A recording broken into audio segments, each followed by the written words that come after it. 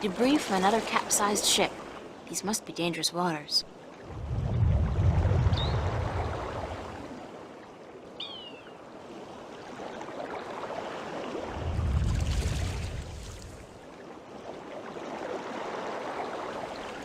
Emerald green and clear as the morning sky. That's perfect holiday water.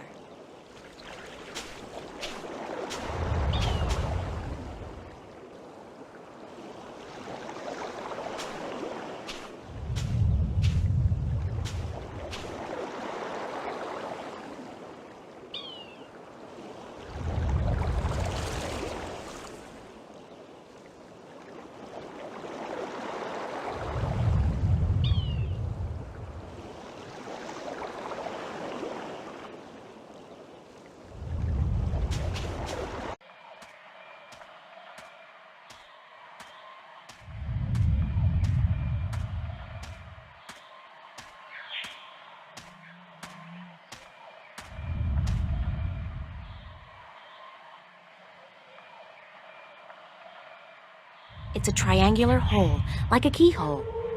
It's a creature with large ears. It's a creature with a big mouth. It's a triangular hole, like a keyhole.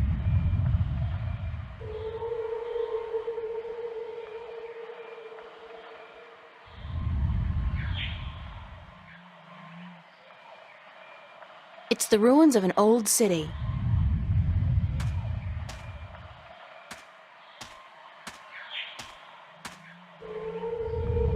It's a deep hole, more like a crevice actually, caused by some kind of seismic activity. God, it must be at least 50 meters down. The crevice widens out into a huge cave just below, and there's water at the bottom.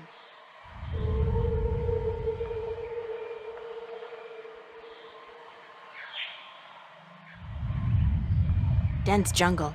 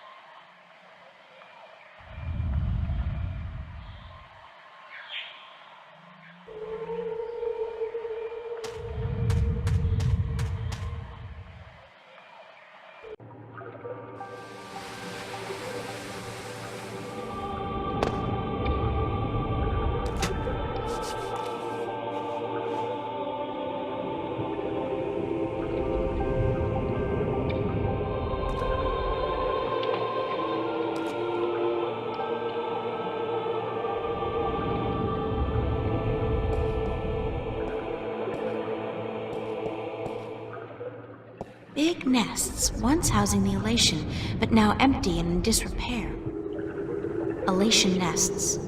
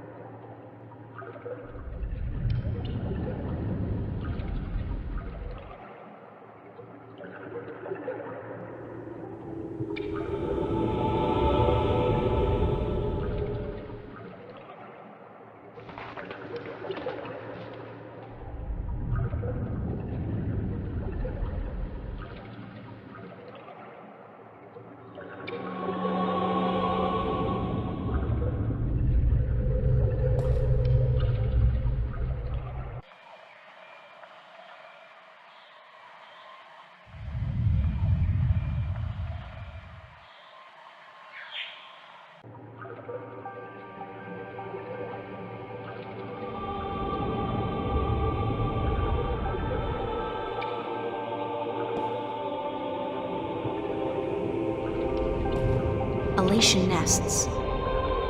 Elation nests. Elation nests.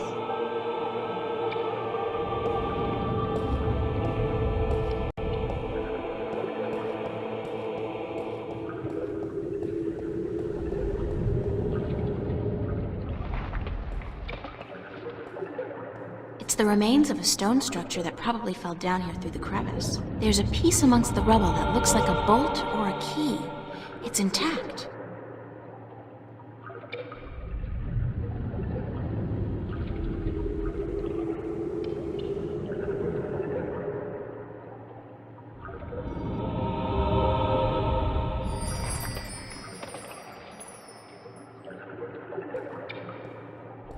That's a Merum city.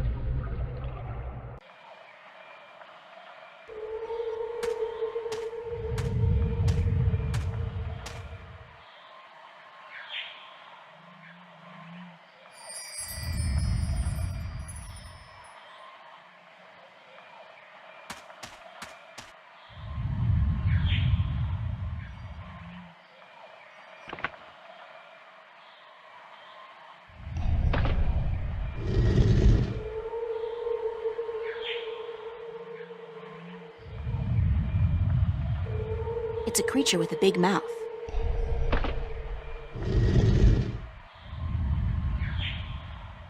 It's a creature with large ears. It's a creature with a big mouth.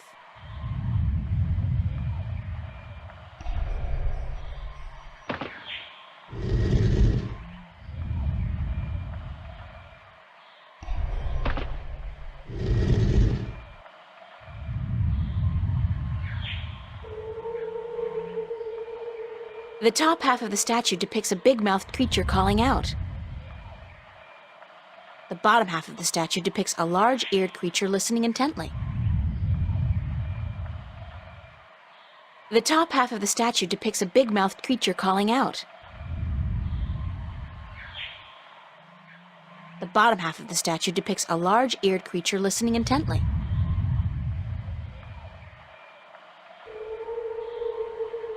The bottom half of the statue depicts a large...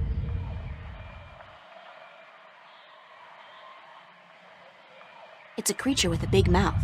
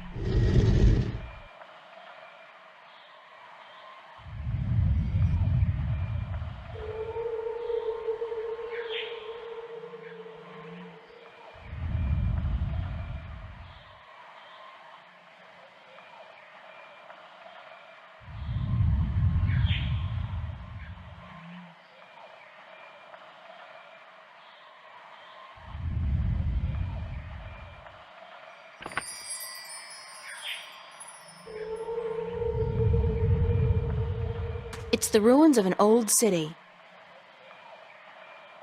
Dense jungle.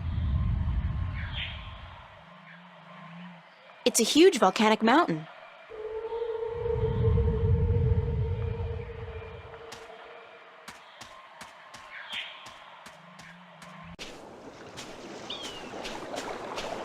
I could get lost if I just wander off into the jungle with...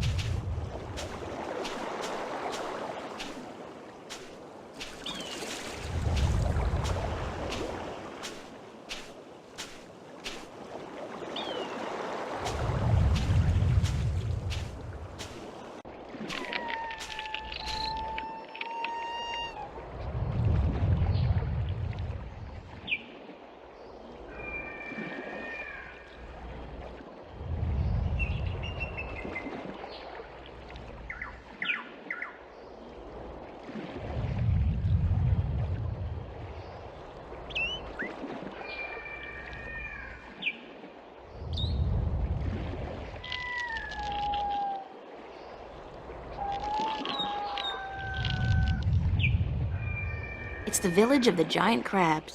Hey, that sounds like a great name for a B-movie. Village of the...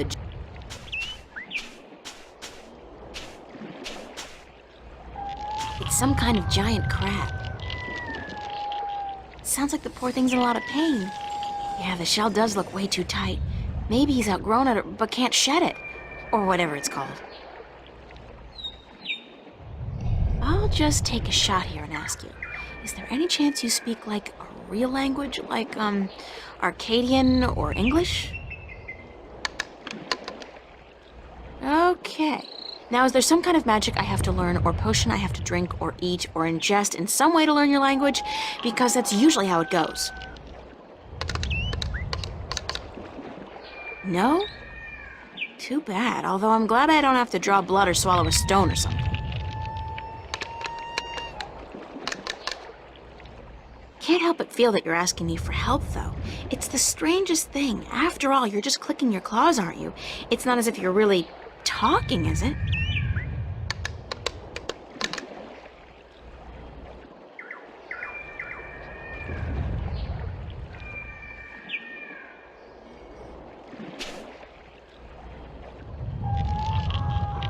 I can't break the shell. It's too thick and solid. It's a big statue. Clear, unpolluted waters, overflowing with life. Just one more reason why Arcadia is both the vacationers' and environmental activists' wet dream. Literally.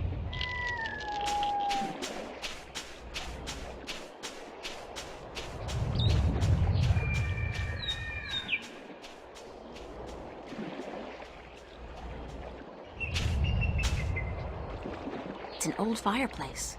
The bottom part of the statue depicts a creature with large ears listening to something. The top half of the statue depicts a creature with a big mouth calling out.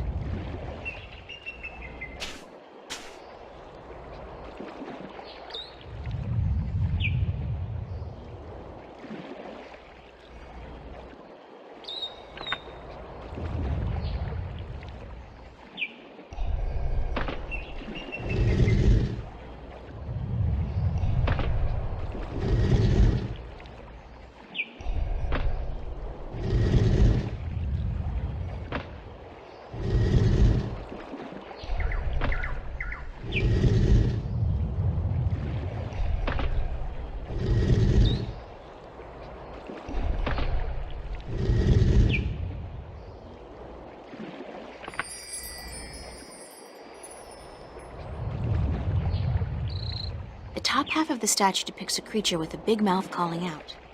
The bottom part of the statue depicts a creature with large ears listening to something.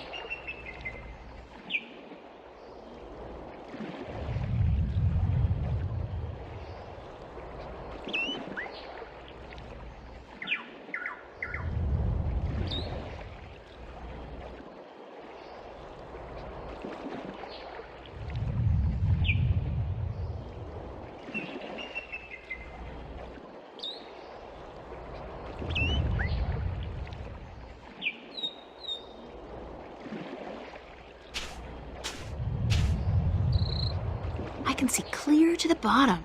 This really is an excellent spot for fishing.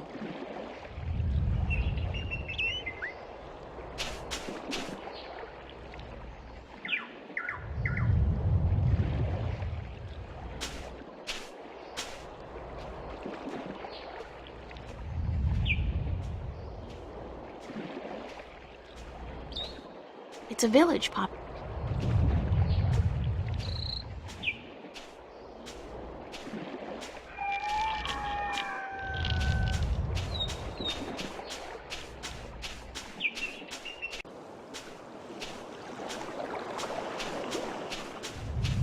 I could get lost if I just wander off into the jungle with no idea.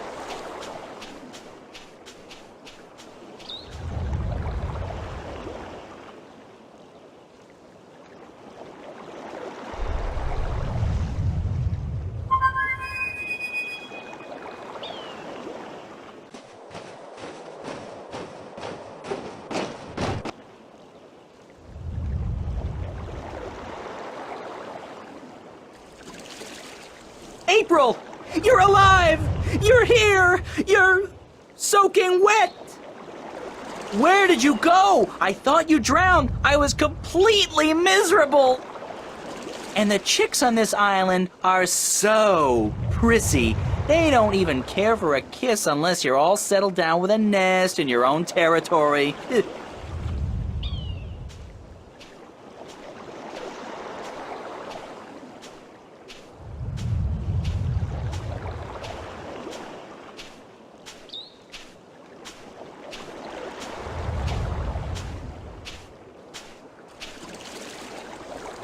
Glad to see you haven't lost the gift of the gab, Crow.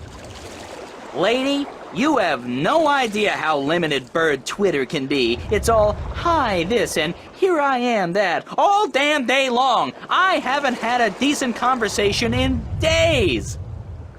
Well, you're making up for it now. I never know when you're gonna go AWOL on me again. I had a little adventure under the sea. Oh? I didn't know humans had gills. We don't. Well, I do, I think. At least I can breathe underwater now. Cool. Not as cool as being able to fly, of course, but still. Hey, does that mean you're a mermaid? Hardly. I don't have a tail. What did you do after I saw you last? Well, it took a while, but I found land. Not this island, just a rock with a couple of trees, basically. But when I went back to tell you, you disappeared. I thought you'd gone bonkers from thirst and hunger and drowned yourself or something, so I decided I'd better find solid ground myself or I'd suffer the same fate. And then I found this place. Nice, isn't it? And the best part is, there are no hunters.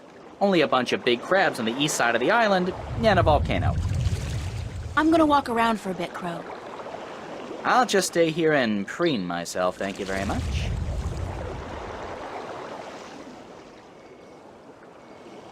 What can you tell me about the island, Crow? Only what I've been able to see from above.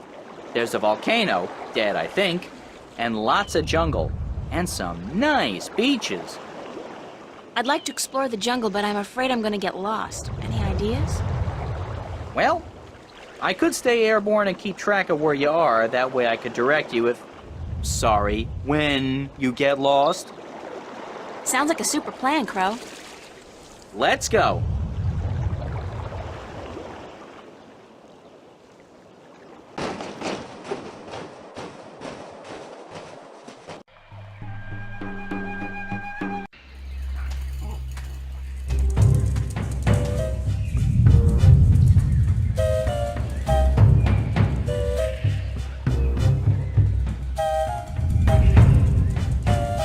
The rumbling is much fiercer here, and the ground is really shaking. It's definitely seismic. It has got to be emanating from this volcanic mountain. I mean, it looks dead, but it must be about to wake up or erupt or something. Great! After surviving a shipwreck, being kidnapped by fishes, and learning to breathe in water, I'm about to die in a volcanic eruption? Isn't that ironic?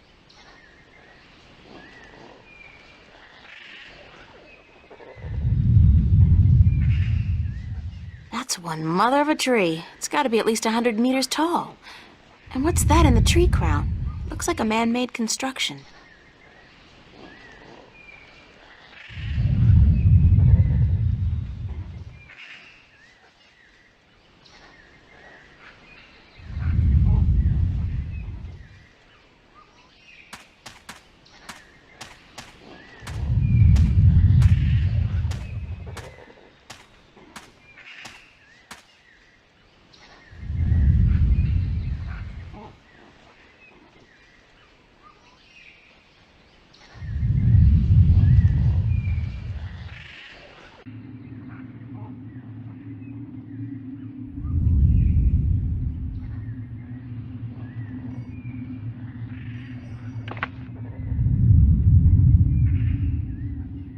It's a small, eye-sized aperture with a crystal in it, like a lens.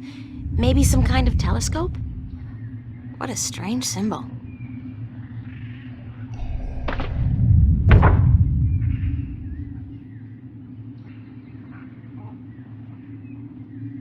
It's a statue standing in the ruins of a city.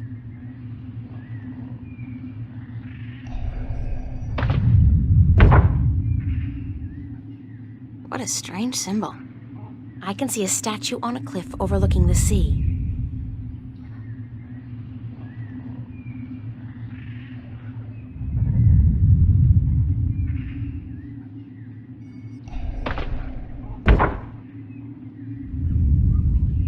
I don't see anything interesting.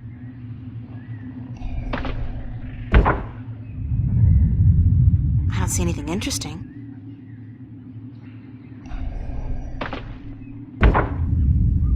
I don't see anything interesting.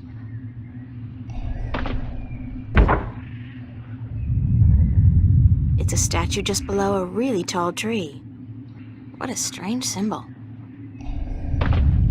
I don't see anything interesting. Somebody's looking back at me.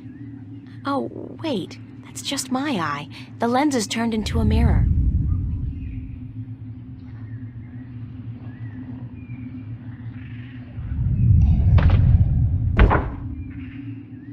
I don't see anything interesting. It's a statue standing in the ruins of a city.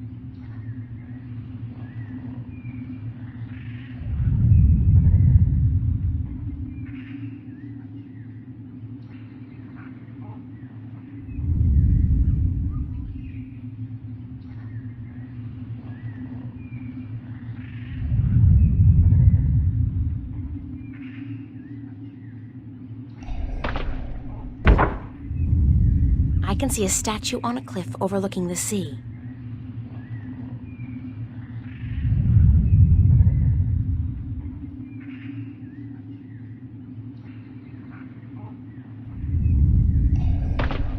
I don't see anything interesting. I don't see anything interesting. I don't see anything interesting.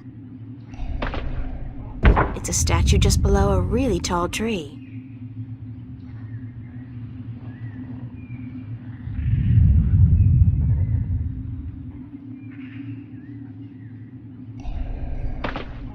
I don't see anything interesting.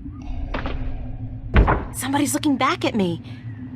Oh, wait, that's just my eye. The lens is turned into a mirror.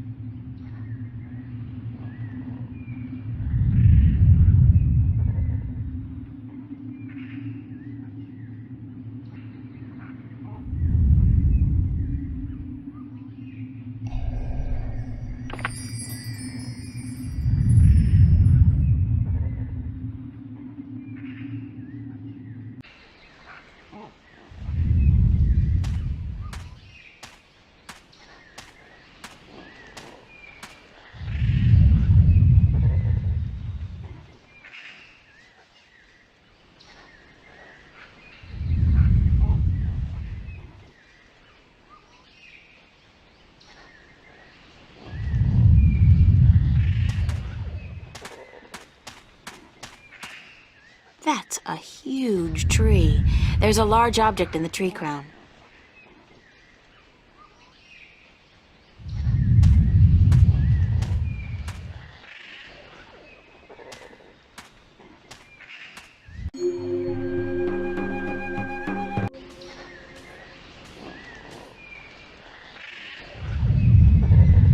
The bottom half of the statue depicts a creature listening, while the top part depicts a similar creature calling out.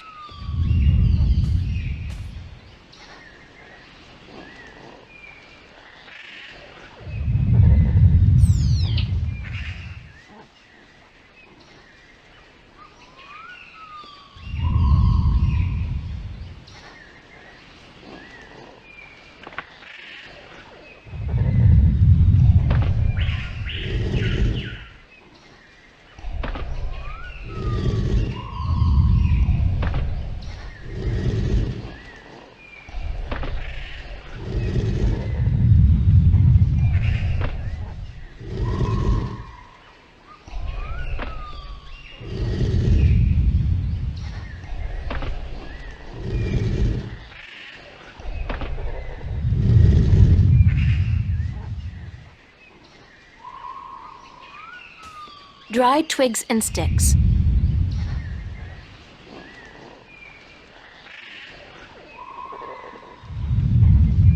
Dried twigs and... Ow! Shh. Who's there? Shut up. I know there's somebody there. I heard you. Is she gone? Nope, she's still around. Shut up, shut up, shut up. If you won't come out, I'll just sit down here and wait. Sooner or later, you'll have to show yourself. Solar eclipse! Oh my god! Ah! I hate this place. I so hate it, I can't even sit down without crushing the natives. Big person alert! What are you? What does it look like? A talking twig? We're stickmen. And you're an accident waiting to happen with your large, ungainly body and wobbly legs.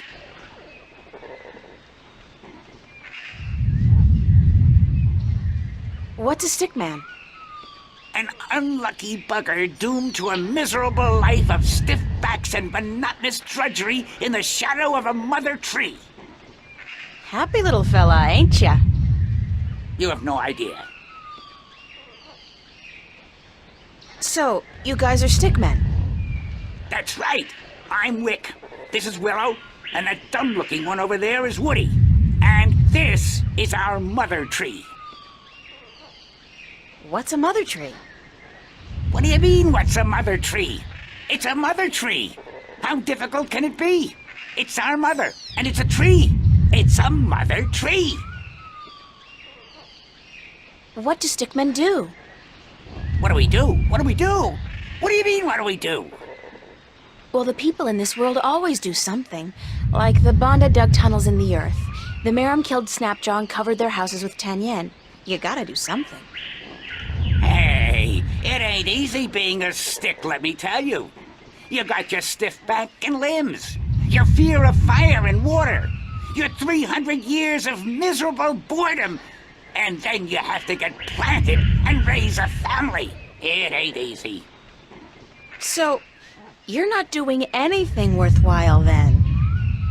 Lady, I'm miserable. I'm grumpy, and I got a headache. What do you want from me?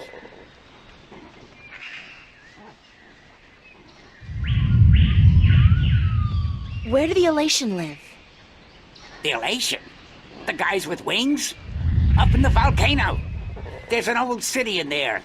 I think they're squatting. How do I get into the volcano? You don't. The road collapsed a few centuries ago, and when traders come, the Elation fly down to meet them. Nobody goes up there anymore.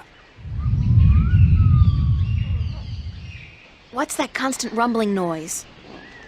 Lady, you have no idea what we have to endure. All day, all night, that noise is just murder.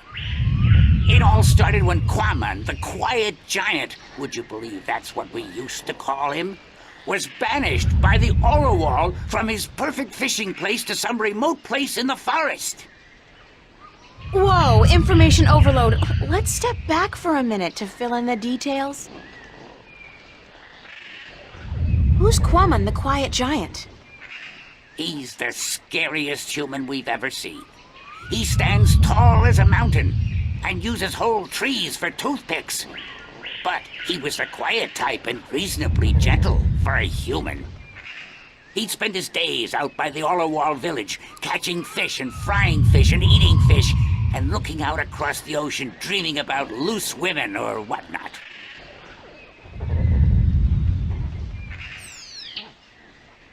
What happened to get the quiet giant banished from that place? The Orowal got scared when he accidentally stepped on one of their young ones. He didn't do any real harm, but they banished him from their village nonetheless, and told him to go far into the forest. Who are the Orlowal? They're the crab-like creatures who live down by the sea. They're nice people, if a little crabby. and it's hard to understand what they're saying half the time. Where's Kwaman now? Somewhere in the forest east of here, we don't know where exactly. He went there to get as far away from the aura wall as possible. So what does all this have to do with the rumbling noise? Oh, I was getting to that. If you just let me get a word in edgewise. I just had some questions is all. Anyway, Kwaman is the brooding type. And he takes everything so to heart, he got instantly depressed and went to sleep. And what is he doing now? Still sleeping! That's the problem. But how long ago was it that the Orlawal banished him? The last full moon, nearly 30 sunsets passed. He's been sleeping for a month? He was depressed. What do you want, lady? Once I got so miserable I slept for 8 years. And let me tell you, those 8 years were the happiest of my life. I still don't understand what this has to do with the rumbling noise. See that statue over there?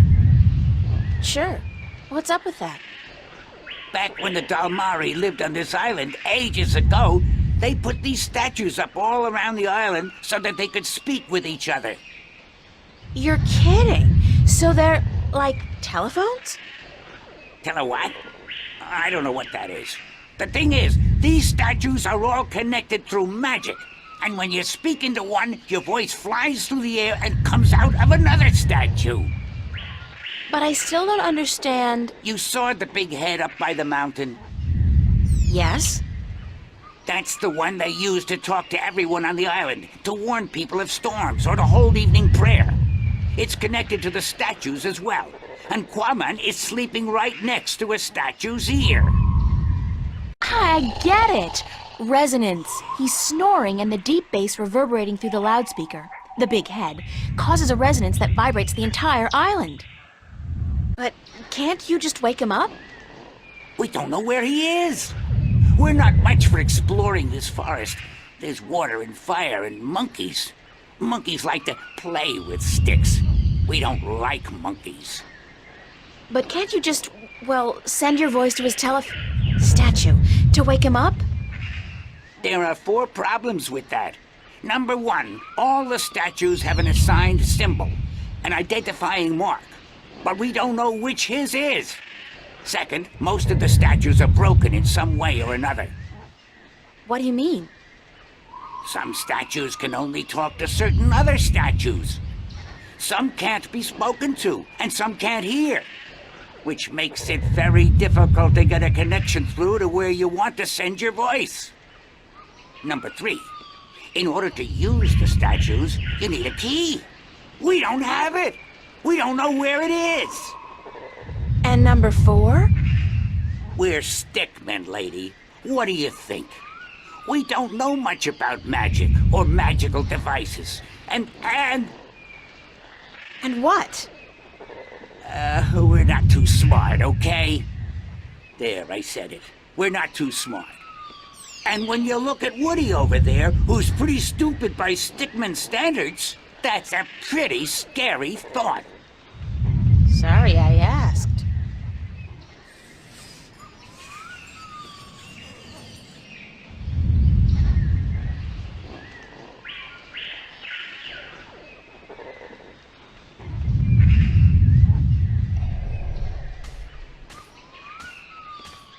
Hi, I'm Willow.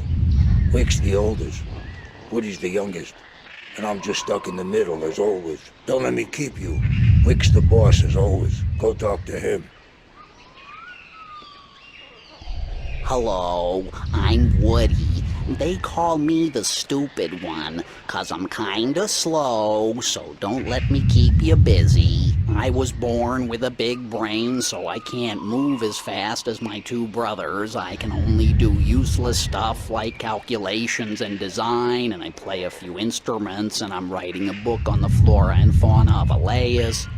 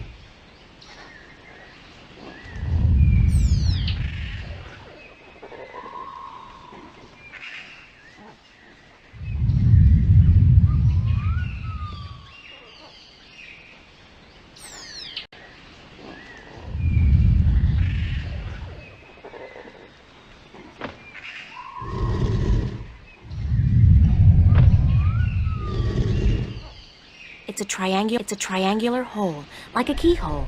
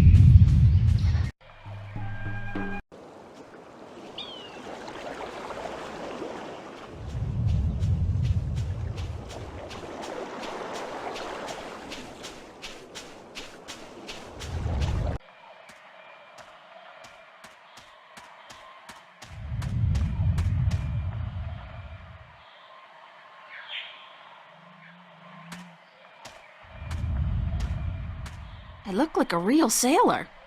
Arr, matey!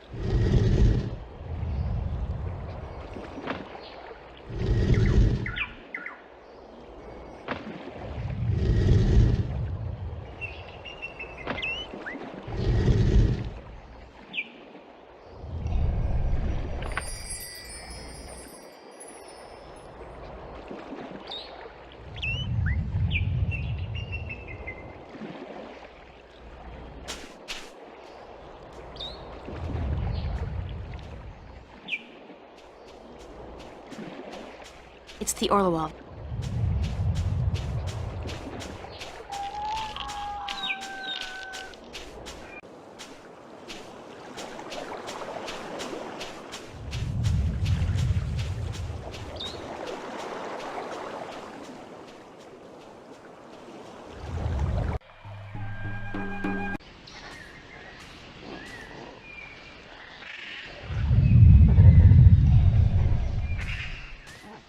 Hello? Actually, it doesn't seem like the statue's receiving my voice at all. I look like a real sailor.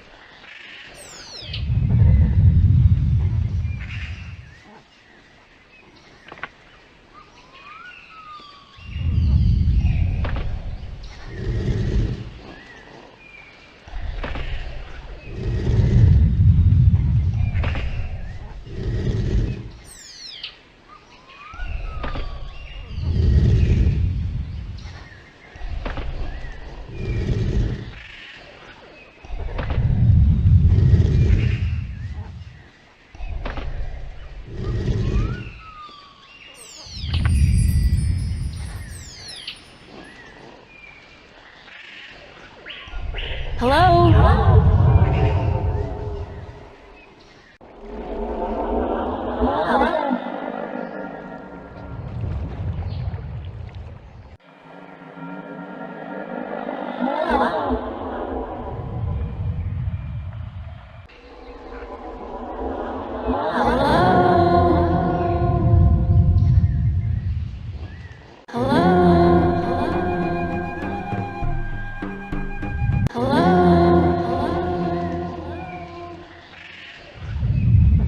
Wake up! Wake up! Wake up! Wake up!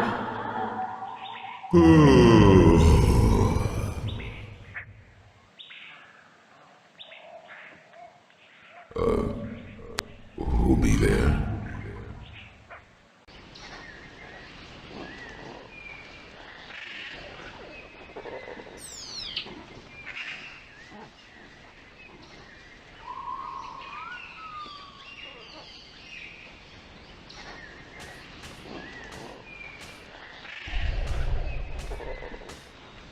I'll see you guys later then.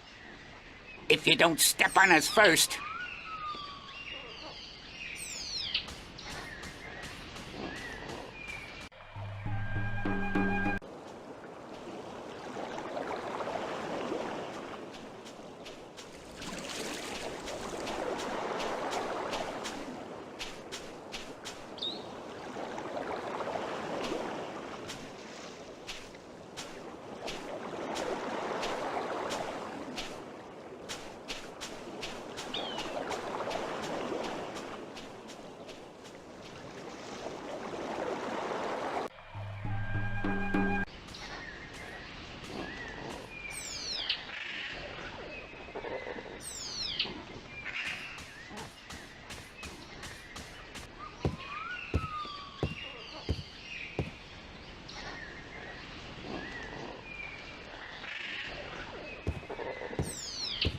It's a big wooden crossbow, I guess. I wonder who built it and what it's for.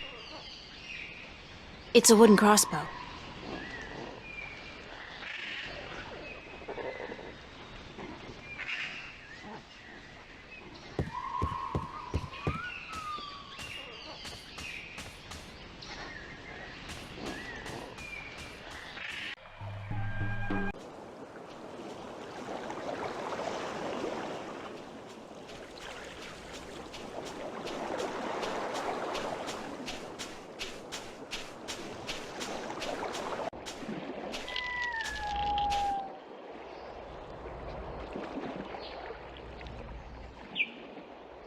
It's the Orlowov village.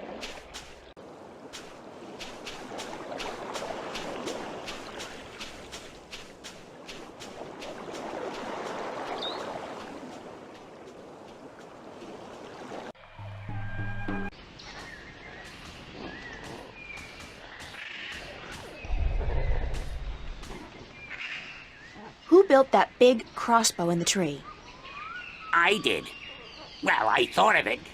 And these two nincompoops gave a helping twig on the, manual side. So they built it, and you supervised. Yep, but it's not done. There are still a few pieces missing before we can blast off for Luna.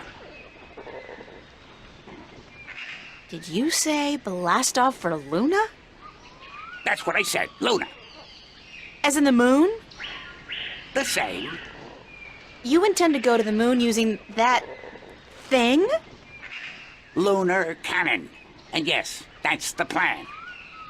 You guys are loonies!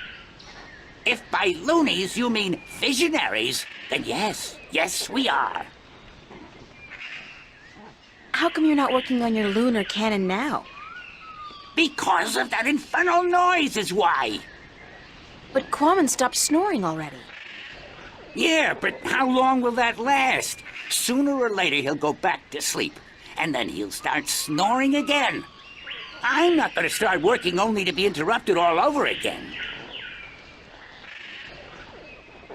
How come you're not working on your lunar cannon now? Because of that infernal noise is why. But Quammen stopped snoring already. Yeah, but how... Later, guys.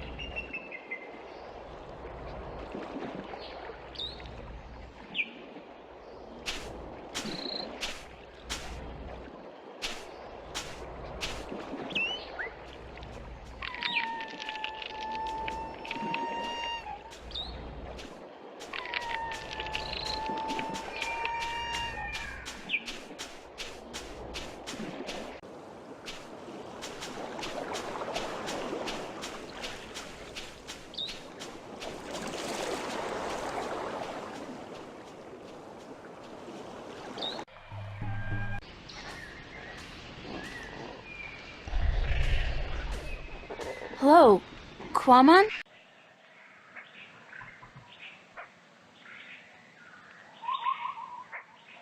I'm April Ryan. And me be Quammen. But what you be doing up in the air, big woman? Big woman? Watch it, I don't...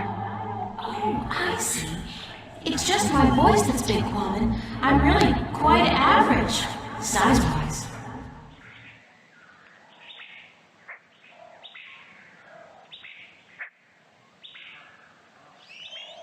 Where are you, Quammen? That be a secret. Quammen want to be left alone. Could you please stop snoring? Quammen be snoring? No one ever tell Quammen he be snoring. But then Quammen always be sleeping by his lonesome. No woman like Quammen. Don't say that about yourself, Quammen. I'm sure that... You know, it's kinda uncomfortable to be discussing this in a public like this. Yes, everyone be hearing about Quammen now.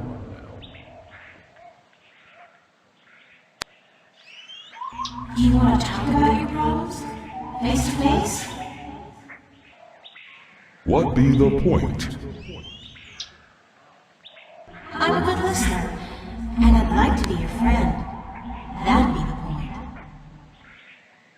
Quamon not sure if he want friend now.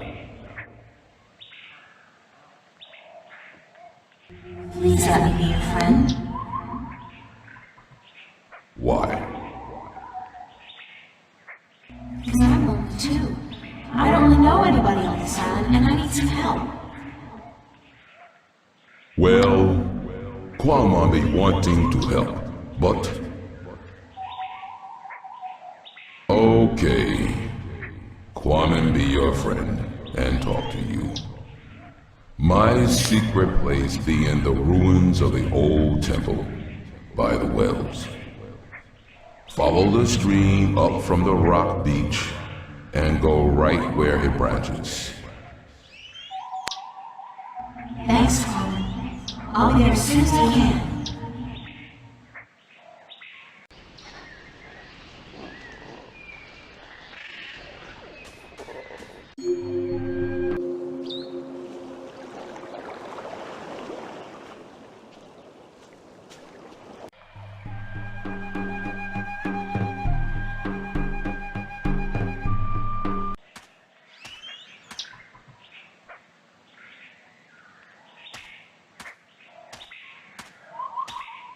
It's a deep well with cold... It's another one of those statues come phone booths.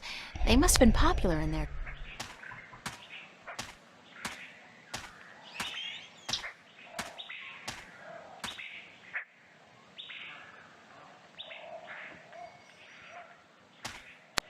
Whoa! You are big! You're just about the biggest person I've ever met! Quamon be a freak. No one be liking him. I didn't mean it that way, I just meant... April, you know just what to say, don't you? I'm sorry. I like tall guys. Really, I do. You be the only one then, because no one else want anything to do with Quamon.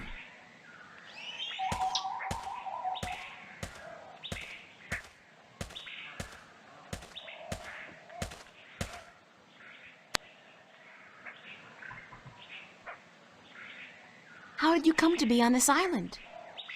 That be a long story. Do you want Quamon to be telling you?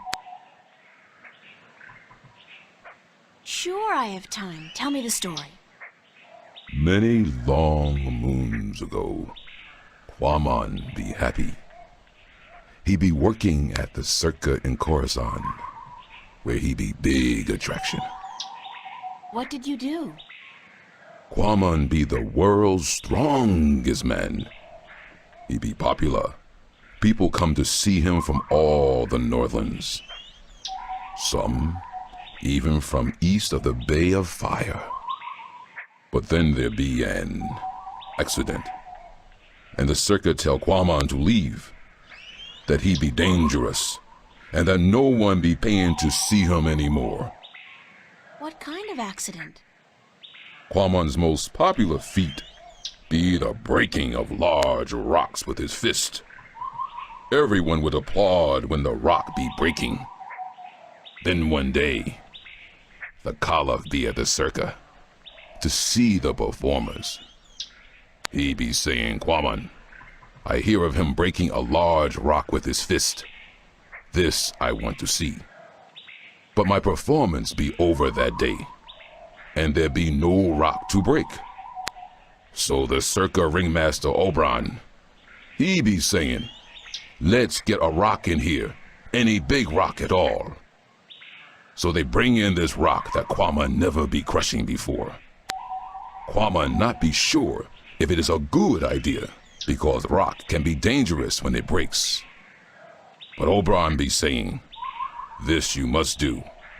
The Caliph wants to see we do not disappoint the Caliph of Coruscant, or we lose our heads.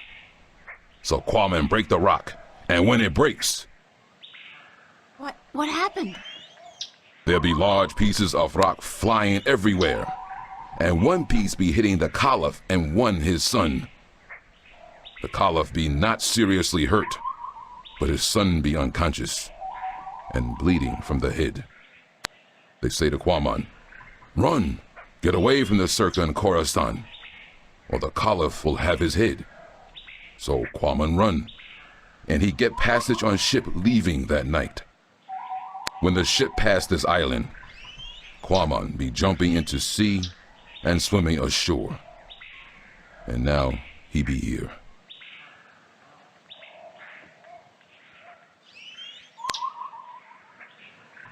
What happened between you and the Orlawal? Oh, Quaman be so clumsy, so dangerous. He should not be among people. He be only hurting them. The Orlawal be kind, letting Quaman live and fish in their village. But then Quaman be stepping over a young Orlawal, almost breaking his shell. The Orlawal tell Quaman to leave village, to not come back because he may kill an Orlawal. They tell him to go as far away as possible. Quaman be sad because he liked the Orlawal, and because Quaman be having the best fishing place in all of Elias. He lose his friends and his food. What do you eat now? Quaman fish in these wells here, but the fish that live down there be small and not very tasty. Would you like to move back to the Orlawal village? Oh yes, Quaman be wishing that more than anything in the world. I saw an Orlawal down by the beach, just outside the village. It seemed to be in pain, but I didn't know what to do. Perhaps if you come along, you can help him out and get back in favor with the Orlawal people. Yes, perhaps Quaman can help, even if the Orlawal do not want him back. Here it is, the, Orlawal. Can you help it? Perhaps Quaman can help. Poor Orlawal. He'd be crying for help. Quaman see what be wrong. The Orlawal not shed its shell when time come, and now it be stuck in the shell. Why didn't the other Orlawal come to its assistance? Their claws be no good for this work. They be helpless. But Quaman help. Quaman be good with his hands. Quaman be happy. Quaman accept your graceful thanks, sir. Thank you. You be making Quaman very happy. Quaman accept your offer and be grateful to the Orlawal people. Thank you very much. What? What did he say? Why did you thank him? Orlawal be inviting Quaman to stay on the cliff above the village, where he can fish again.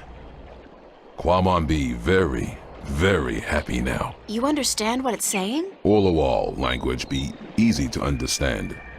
It be just click and clack and clock. I'm so happy for you, Quaman. Go on. Don't let me hold you back.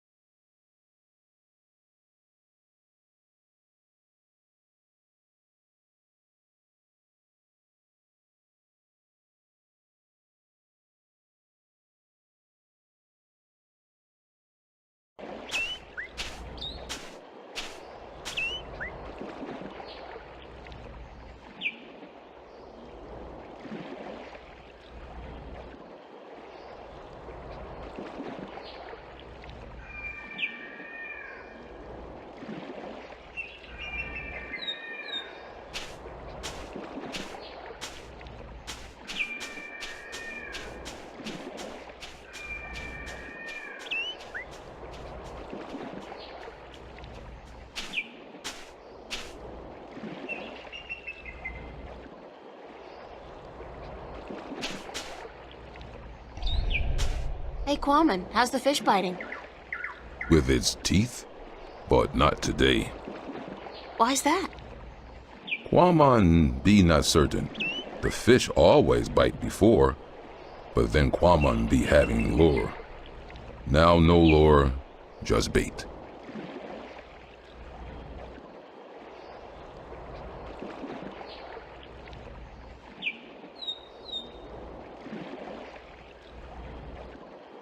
What do you need to make a lure? Quamon can make lure with just anything, as long as it be colorful and not get heavy in water. You're a real DIY guy, don't you know? Always be something wrong with Quamon. That was actually a compliment. Oh, What did you need to make a lure again? anything, as long as it be colorful. Are you happy now, Quammen? Quamon be happy. He be wanting fish to bite. But if they do not, Quamon still be happy.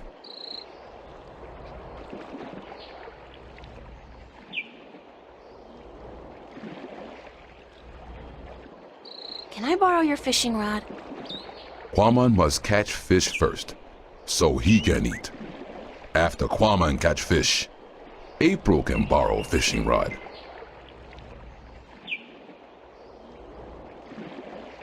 Happy fishing! Thank you.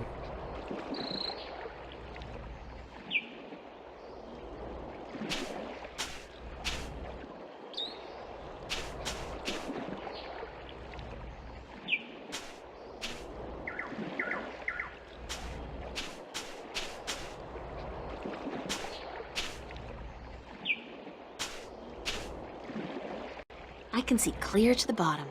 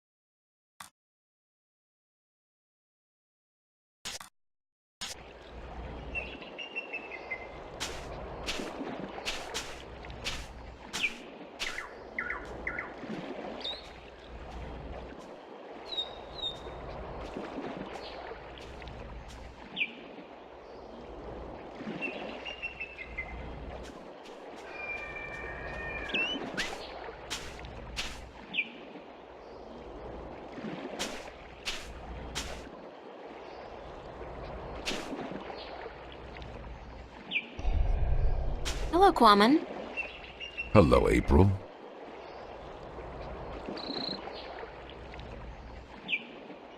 Happy fishing! Thank you.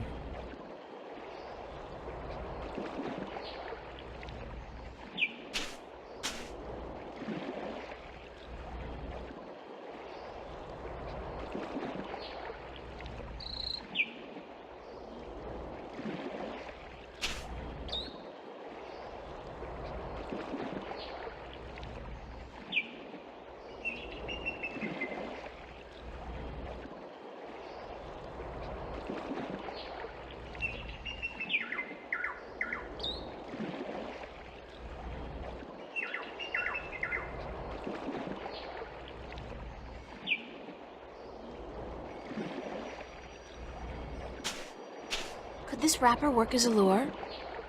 Yes. Yes, with some work. It'd be perfect for a lure. Now Quamon can make one, and hopefully catch many fish.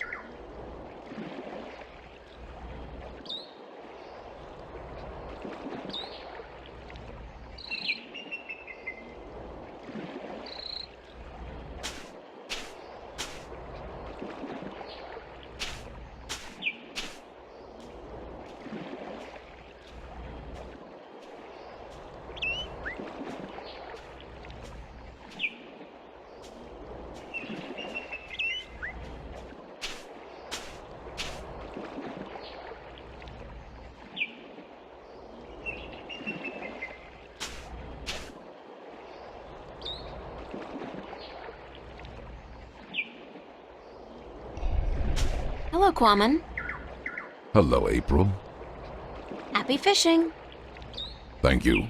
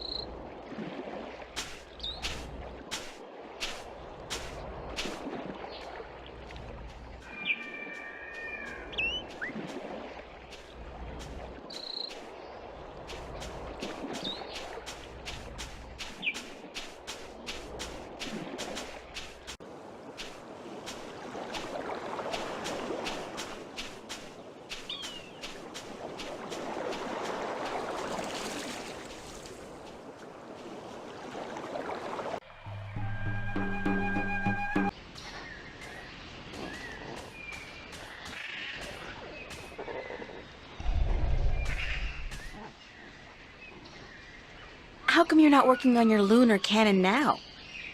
Because of that infernal noise is why. But Quammen has moved back to the Orlowal village. He's not going to disturb you again, trust me. Really? How the heck did that happen? Nah, I don't care. The important thing is we can work again. Thanks, lady.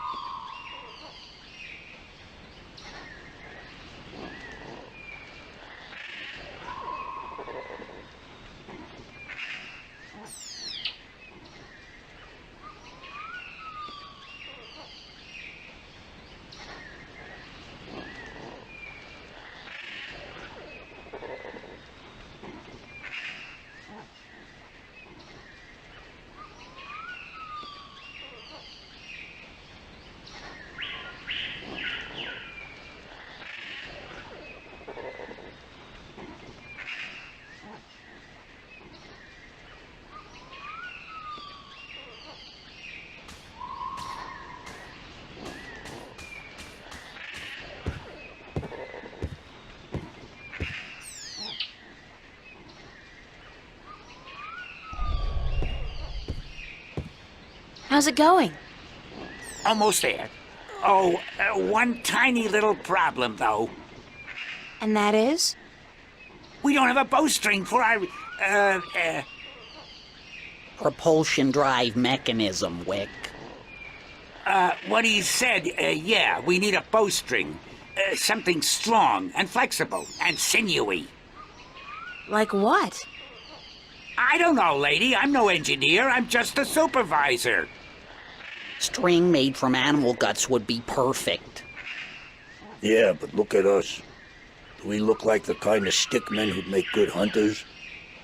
Do you see me going after a gate beast carrying what, a cone? A dry leaf sharpened to a razor edge?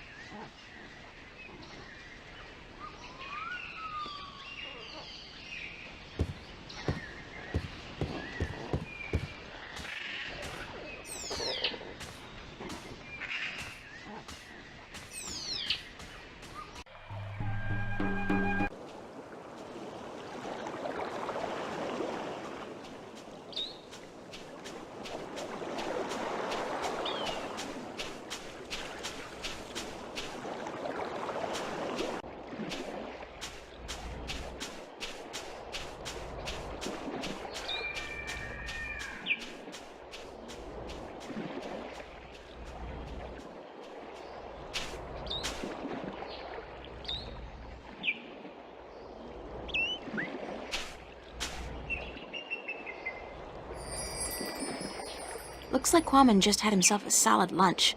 That was quick. There are only bones left of his catch. Fish bones. I don't figure I'll be needing the rod anytime soon, but I'll borrow the line.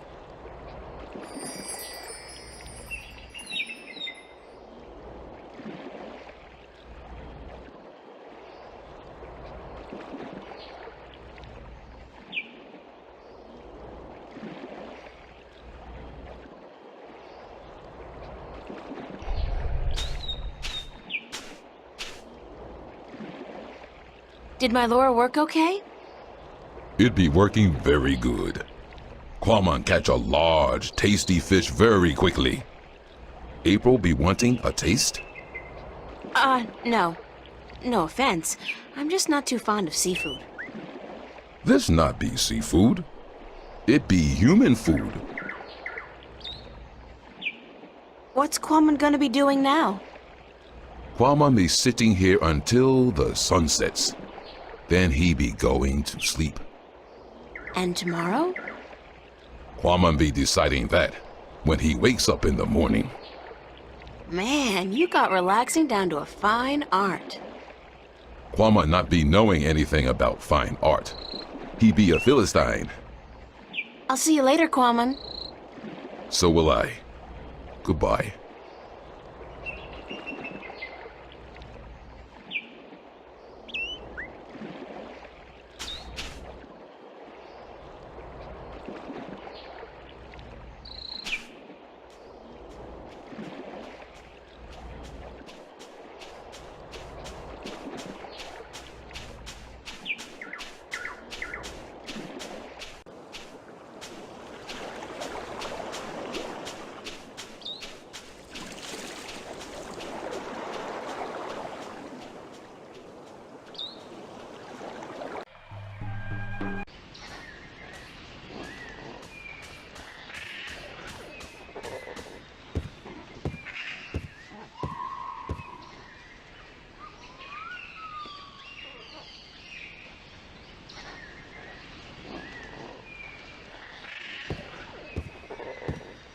Can you use this as bowstring for your, lunar cannon?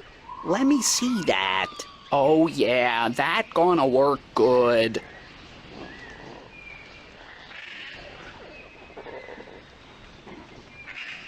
All right, listen up. I got us what we need. And now we finish this damn cannon. Go to work, people. Give us a few minutes, lady, and we'll be all done.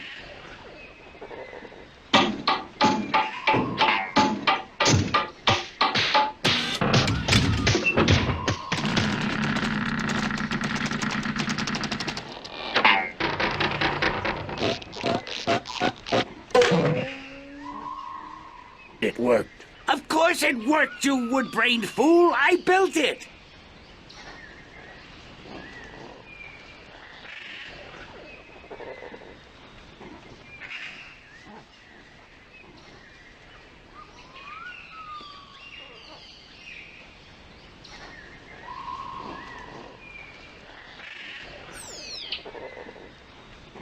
Are you done? Yes, ma'am. The lunar cannon is now ready to be tested. Well, Well, what? are you gonna do it? Do what? Test the cannon. Me? And get myself killed? I think not. But go ahead, be my guest. I don't think I'll fit in there. That ain't my problem.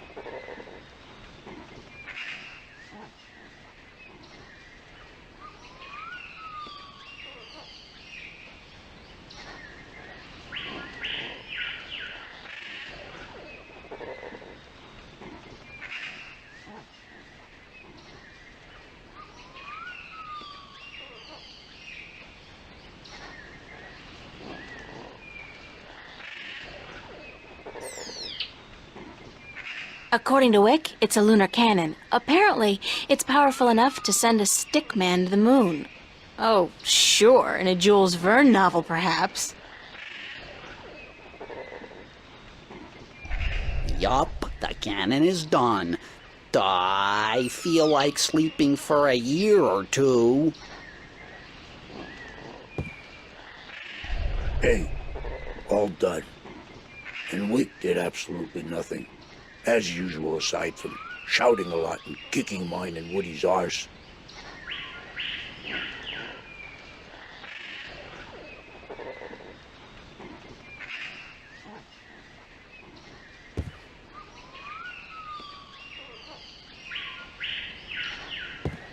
I look like a real sailor. Arr, matey!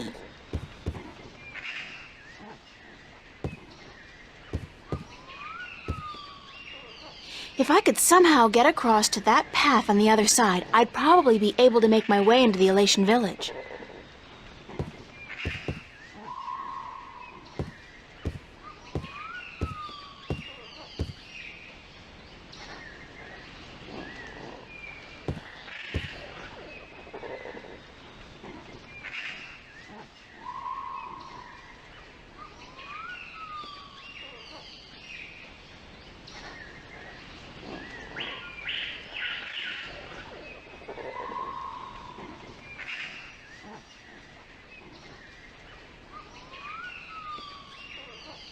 I'll just place the hook along the bowstring, like so, and let the rope trail behind it. Okay, we're ready to fire!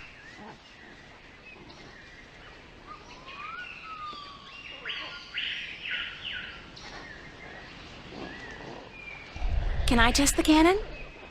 Be my guest.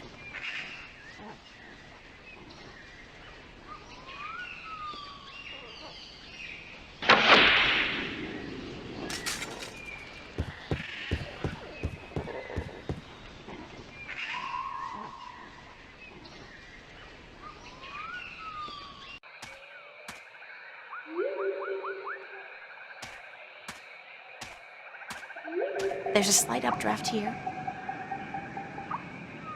The wind is channeled through that chasm down there and blown out and up here.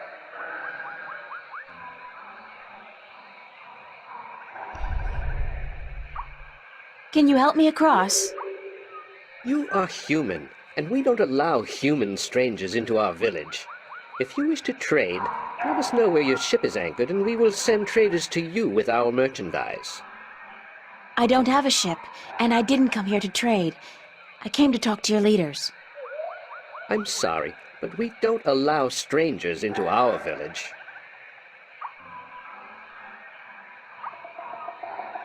What's up this road?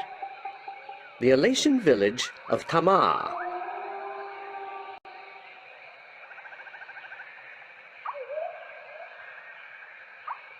Is there another way to get into the volcano?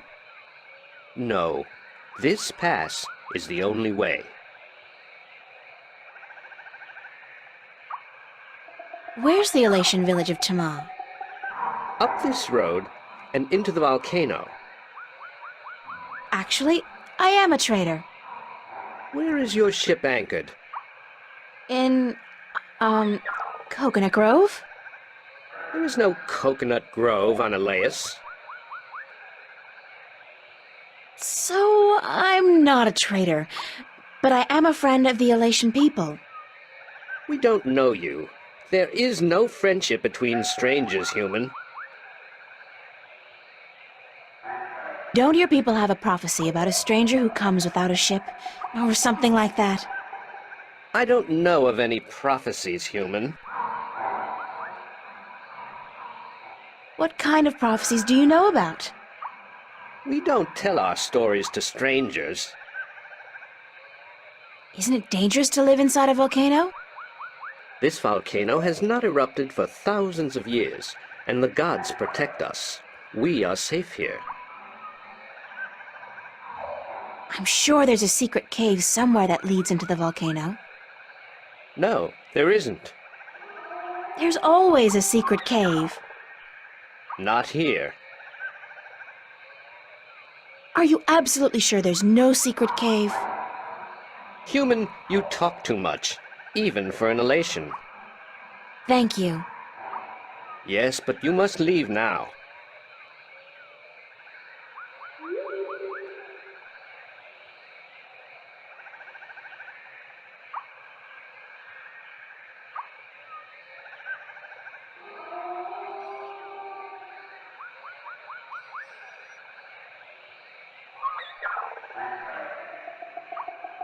Oh, God, I think I'm gonna throw up. That was so not appetizing. Weirdest thing, though, I do feel lighter. Like I lost 90 pounds. I can't even imagine what people would pay for this stuff back home. Whoa, I'm fly! Not. I guess I still weigh too much to be carried on that slight updraft. Whoa, I'm fly! Not. I guess I still weigh too much to be carried on that slight updraft.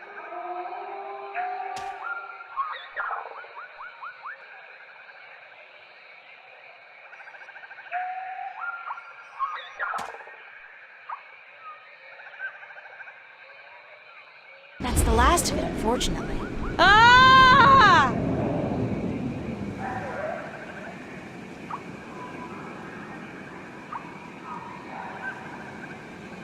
Human, you flew across the chasm.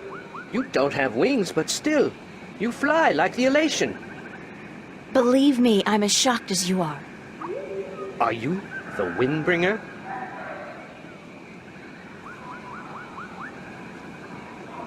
What's the Windbringer? It's a prophecy amongst my people. Of course, there's no escaping the prophecies. It's said that someone not of the elation shall come among us to float on the wind like an elation, to learn our stories, to bring the wind back to us, and to bring us into a new and happier age. Is that all? You know, I'm starting to forget how simple my life used to be. Family, friends, grades, boys, no prophecies, nobody looking to me for salvation. I don't understand, Windbringer. You should speak with our teller up in the city. She'll be wanting to see you, I'm sure. We've waited for the Windbringer for a very long time. The teller? Thanks. No, Windbringer, thank you.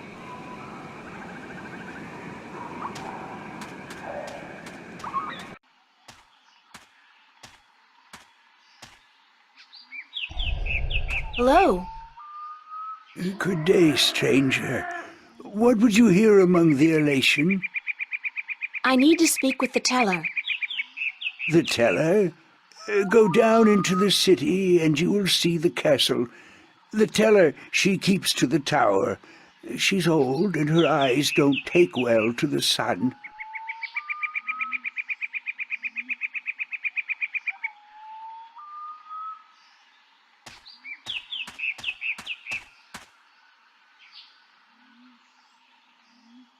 Nature's reclaiming lost ground. The contrast between wilderness and civilization is such a striking image. I almost wish I had my canvas and paints with me now.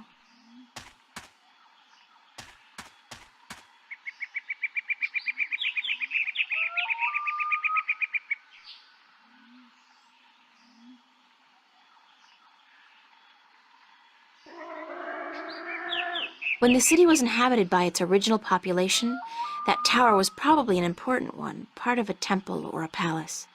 Now, though, it's just another ruin.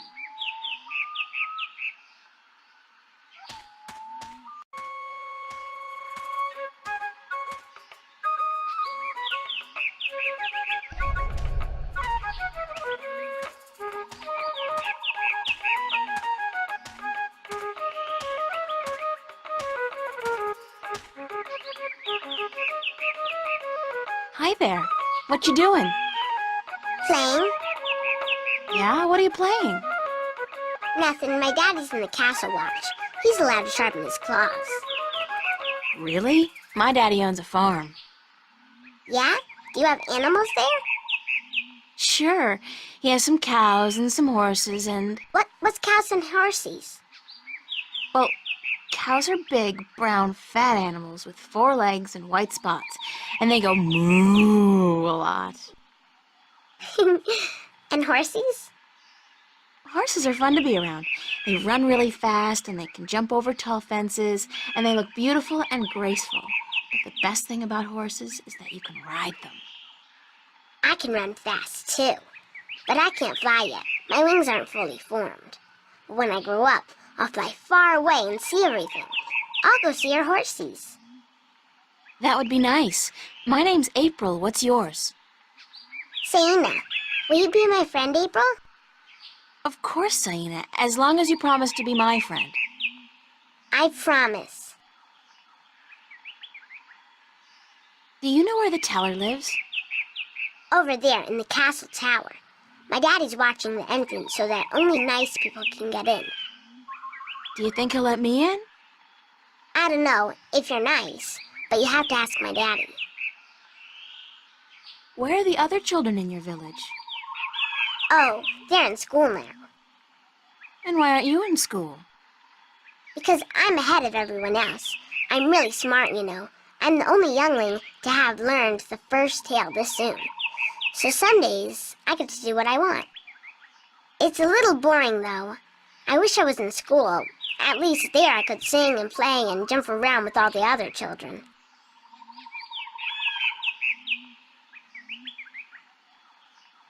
Why don't you go to school anyway?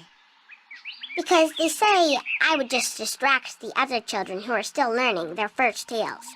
It's not fair. I mean, I get to play by myself and everything, but that's not fun all day.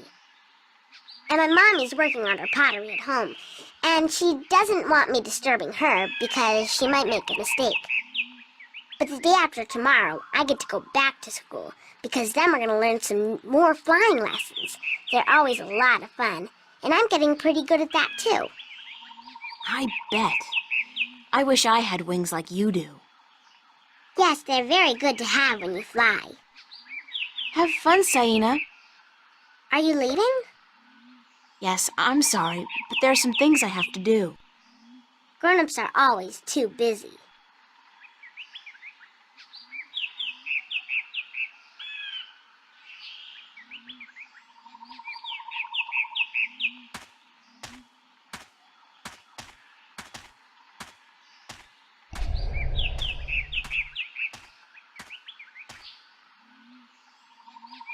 Be careful, don't come too close. I'm almost done with this pot. Sorry. Are you here to buy pottery? I didn't think traders were allowed up here. No, I came to speak with your teller. Really? I didn't know the teller spoke with anyone from the outside. You must be a very special girl. Supposedly. My name's April, by the way. Nima is my name. Nima of Ta'ama, the only Elation village on Elace. I like your pottery. It's our craft. That and storytelling. But storytelling can't buy merchandise or food. I know a lot of people who live by telling stories, although I guess that's kind of different. They are lucky then. Not that I don't enjoy making pottery. It's good to feel the wet clay between my claws, to shape it into whatever I wish. It's almost like creating a new life, I think. I don't have a husband yet, so I haven't tried. Have you? Do you have a husband and children? Neither, thank God. I don't think I'm ready for that yet. I was 18 turnings this spring. I'm ready for a husband, but I've yet to court anyone who could make me soar on the winds. I think the men of Ta'ama are dull and timid. What about the guard on the road below the village? He's our age, isn't he? Isam? He's quite pretty, and his wings are big, but I don't think he likes me. He never looks at me or talks to me. That doesn't mean anything. He could just be shy. Maybe you could talk to him, find out who he likes, but don't say I sent you. Sure, I can do that. Thank you, April. Thank you, Nima. You're welcome, April.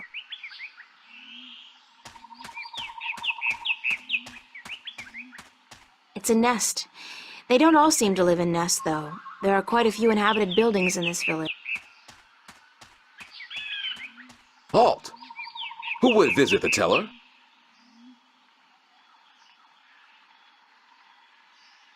My name's April. And what would you with the teller, human? I'm not sure, but I need to speak with somebody in charge. The teller is our teacher and our mother, but she will not speak with foreigners who walk into our city. And how, pray tell, did you get here? The road is closed and guarded. It's got to be my female charm. It will not work on me, human. Please, leave our village and return to your ship.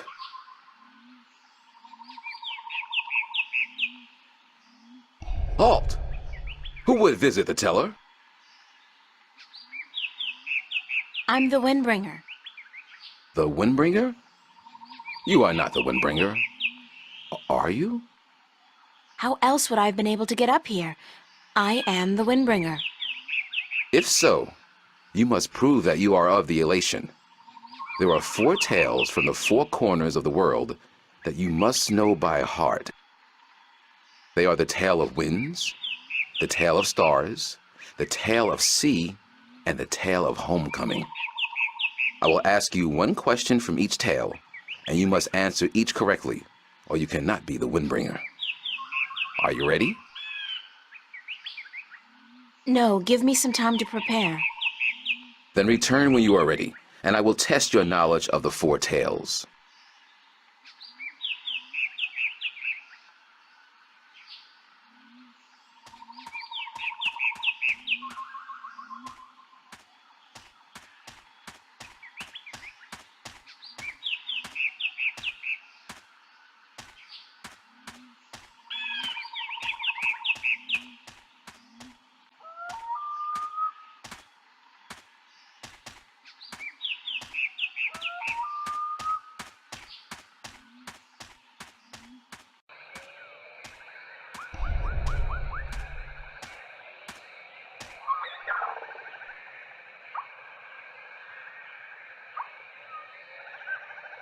Do you know one of the 4 tales of winds, stars, sea, and homecoming?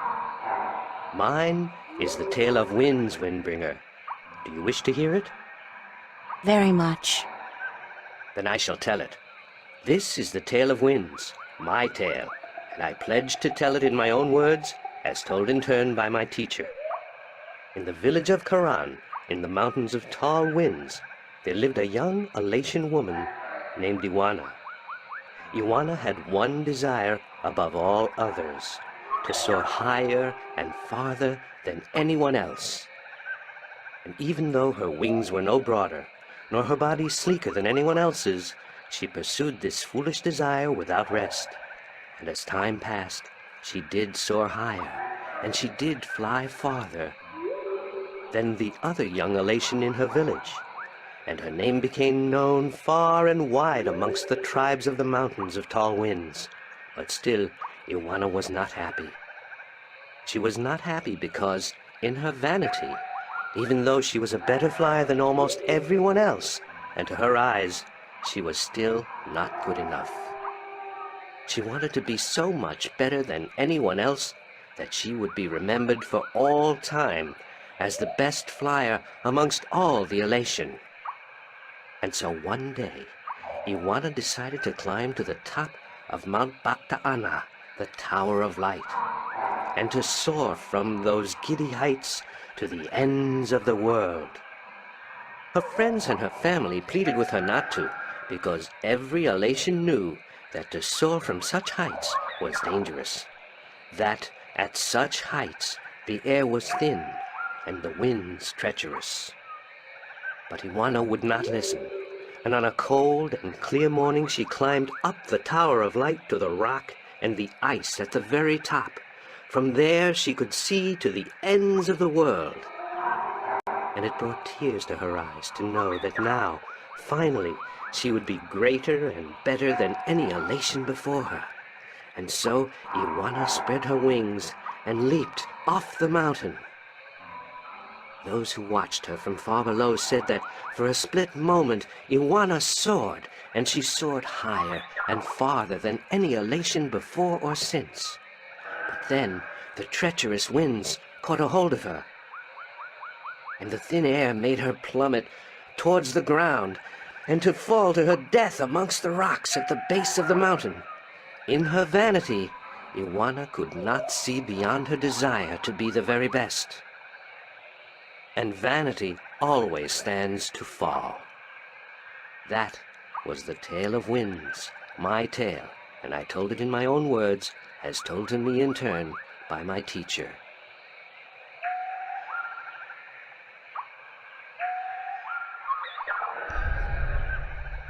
So, Isam, that's your name, isn't it?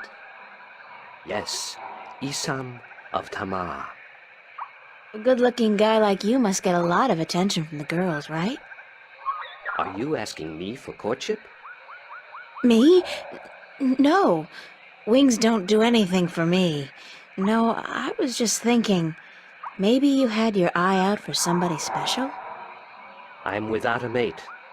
The women of Tamar are cold and unfriendly, and whenever I try to talk to one of them, she ignores me. Huh. Even Nima? Nima? No, she's too pretty for me. She won't appreciate my attention. This is like high school. Trust me, Isam. You go talk to her one of these days, and I'm sure you'll find you have a lot in common. Just be yourself, okay? You think so? Perhaps you are right. I will do as you say, Windbringer. Thank you. Thanks for your help.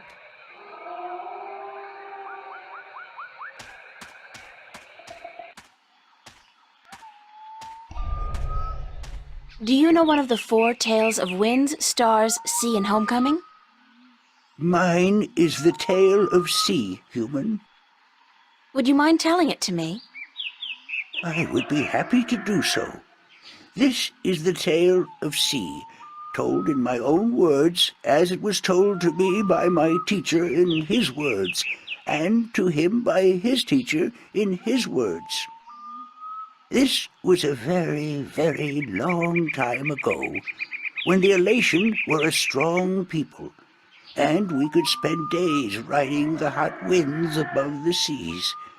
We hunted fish then, and we were at war with the Merum, the Wet-tails. Achilles was one of the strongest warriors there was. His claws were sharp and long, his beak pointy, and his teeth strong. Achilles was admired by everyone in his clan, and because of this he was cocky and arrogant. So one day, the teller of Achilles' city asked him to perform a very important and very special duty, to bring a sacred jewel to the teller of an Elation town across the sea. This particular jewel was very important because it signified a union between the 2 towns, and it would benefit the people of both that it was delivered safely and promptly. Achilles grinned and told the teller that he would deliver the jewel both quickly and safely, and that she was not to worry. But the teller did worry, because Achilles was young and too sure of himself. But she wanted to test him, and to teach him that sharp claws, a pointy beak, and strong teeth are not all a warrior needs, that a warrior must also be wise and careful. So Achilles set out across the sea on his flight. It was on the 4th day that he spotted something in the water that caught his attention, and forgetting his duty and following his curiosity, Achilles dived towards the water to investigate. When he came closer, he saw that there were Merum in the water, foolishly hunting close to the surface, and Achilles saw an opportunity to again prove his might as a great warrior to his people, and to capture the fins of a few Wet-tails. But this time, Achilles' arrogance got the better of him, because the Merum had set a trap. As he dived towards the Merum with his claws, a spear shot up from the water to hit him. Achilles struck the water and dropped the jewel he was carrying, and it was all he could do not to drown. Achilles was bleeding, and the Merum were grabbing onto his wings and his legs, but he fought bravely, and finally he managed to escape. But even though he now lived, he was dead inside, because the shame of losing the sacred jewel would always be with him.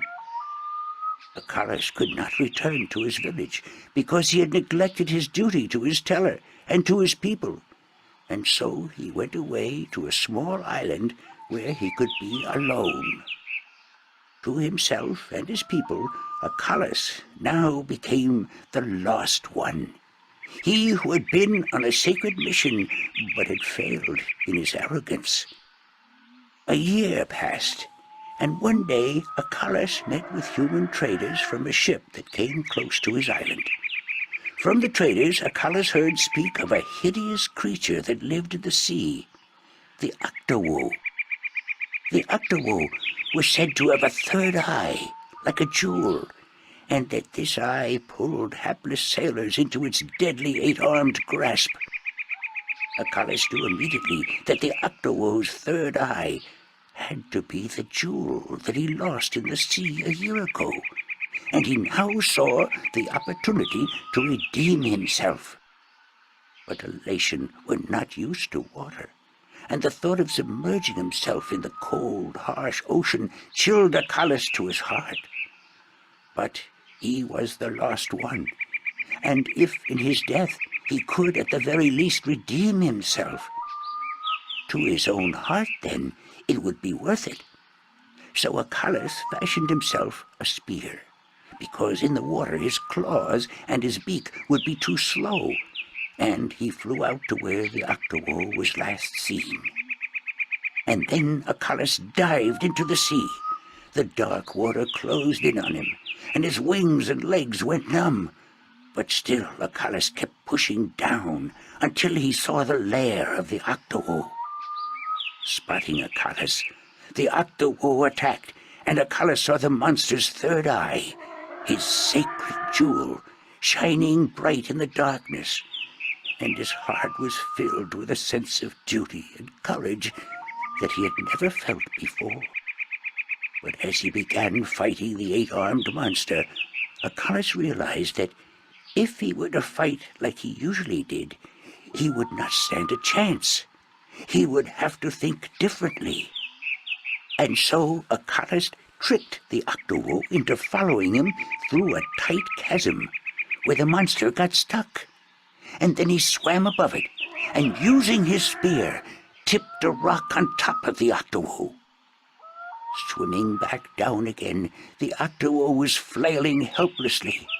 Now, almost out of air, Acalas took the sacred jewel from the Octowo's head and swam back up. Finally, Acalas could deliver the sacred jewel to the town across the sea, and upon returning to his village, he went to the teller, bowed his head, and said, "Forgive me, teller, for in my arrogance I thought I could do everything. But I could not, and I became the lost one because of it." "You were lost," said the teller, "but you are no more. Because now you see the limits of your own strength, and you will know that a warrior must be careful and wise, in addition to being strong and fierce." This was the tale of C, and I told it in my own words, as told to me by my teacher.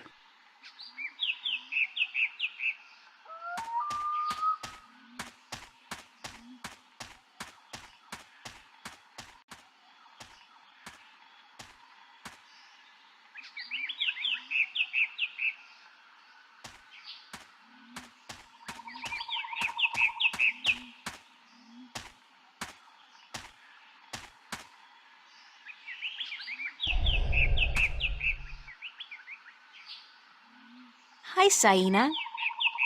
Hi, April. Do you know one of the 4 tales of winds, stars, sea, and homecoming? Yes, my mommy taught me the tale of the stars. It's a really pretty story. You want me to tell it? Please, Saina, I would like that very much. Okay. This is my tale, the tale of stars, and I tell it to you in my own words, as it was told to me by my teacher in her words. In the small village of Jinjay near the rumbling hills of Onion, there lived a girl called Mona. She was a curious girl, and she would always get in the way of grown Elation. "Go play somewhere else," they would say to Mona, but she didn't want to play with the other children. She wanted to be where the grown-ups were, to see what they were doing, and learn from them. But one day, after getting many complaints from the pottery makers and guardsmen and traders and soldiers in the village, Mona's mother told her that she wasn't to interfere with the grown-ups anymore, and that instead she could go play with the other children, or sit still and draw or work with clay. But Mona was always curious, and now, since she wasn't to be among the grown elation anymore, she decided to go exploring the forest that lay just outside of the village of Jinjay. She had many times been forbidden to enter the forest because it could be a dangerous place, but Mona was very curious. Of course she wasn't planning on going far into the forest, but then her eye caught sight of a white flufftail hopping through the tall grass, and Mona, curious as ever, gave chase. The flufftail ran away into the forest, and Mona followed, blind to where she was going, and interested only in catching the white flufftail so that she could keep it as a pet. But then, after a good while, the flufftail disappeared into a hole in the ground, leaving Mona alone in a small clearing, somewhere deep inside the forest. She was exhausted after running after the flufftail for so long, and as she looked around the clearing at the unfamiliar trees and flowers, she realized that she hadn't been paying attention to where she was going. Not for the first time her curiosity had gotten the better of her, but this time it was serious. Mona was too young to fly, and she had very little sense of direction, and chasing the white flufftail had made her dizzy and tired. It was getting darker, and Mona was all alone in the deep, dangerous forest, too sleepy and too scared to be able to go anywhere. Mona curled up with her wings wrapped around her under the leaves of a tree and began crying. Soon it got really dark, and somewhere, not far away, wolves started howling at the moon. Mona was so scared she was petrified, but after a while her exhaustion got the better of her, and she fell asleep. She woke up when she heard a voice calling her from somewhere far above. Looking up at the starry sky, Mona saw a vision of the spirits of 5 tellers gazing down at her. "You have let your curiosity lead you astray," said one. "You are lost, and you deserve to be lost," said another. "Poor little girl," said a third. "We will help you home," said a fourth. "But remember this," said the 5th spirit. "We will lead you back to your village and to your mother only if you promise us one thing." "I promise," said Mona. "Whatever it is, I promise I will do it." "Very well," said the 1st spirit. "You will make the story of this night into your own tale, and you will call it the Tale of Stars." "It will be a tale to warn the curious to be careful," continued the 3rd spirit, "and to not let their curiosity get the better of them. And," said the 2nd spirit, "to remind the elation that the spirits of their tellers watch out for them when they most need it." And so the spirits of the 5 tellers guided Mona through the forest, and by dawn she was home.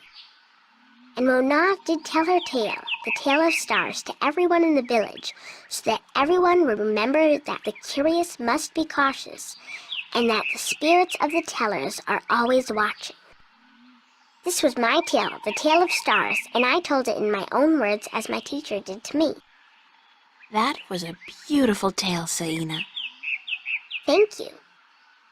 Goodbye, Saina. You're leaving again? I wish you could stay. Me too, Saina, believe me.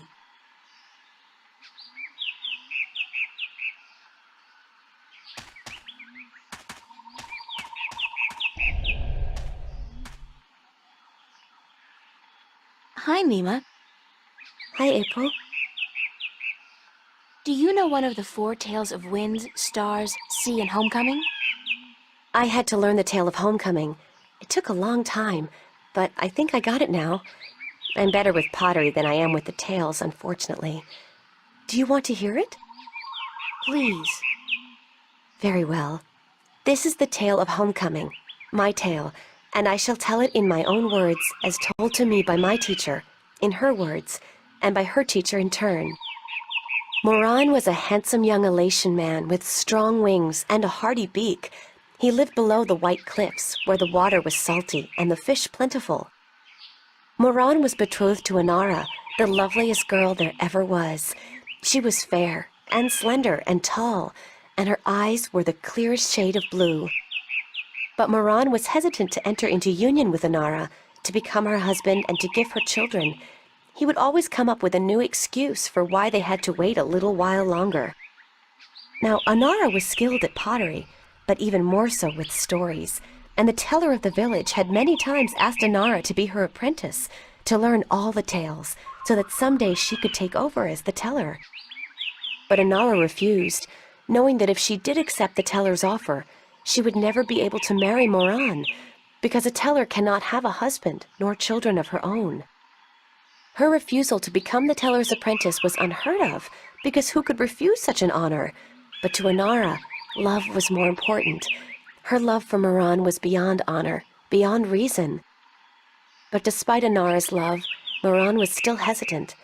And then one day he told Inara, "I am traveling on a pilgrimage to the far shores. I will be gone for some time, and while I am traveling, and in accordance with our traditions, I will be freed from our betrothal. Not until I come back will the bond between us be renewed." It was not unusual for a young Elation man at that time to go on a pilgrimage, and the bond between the betrothed would often be cut while he was away, to be formed again upon his return. But Inara was heartbroken, because she had thought that Moran would soon want to marry her. When Moran saw her tears, he said to her, "Do not weep. When I come back, I promise I will marry you. Just wait for me, and stay with your pots, to make the time pass quickly." And then Moran left on his pilgrimage to the far shores. Many years went by, and Moran had exciting adventures on the far shores. But by and by, he began to long for home, and for Inara, and now he had finally realized that he loved her, and that he wanted to marry her. But when he returned, he could not find Inara amongst the pot makers. He went to visit her family, and they told him that, after waiting for many years, Inara accepted the teller's offer of apprenticeship. And that when the teller left on the last wind during the previous winter, Inara herself became the new teller.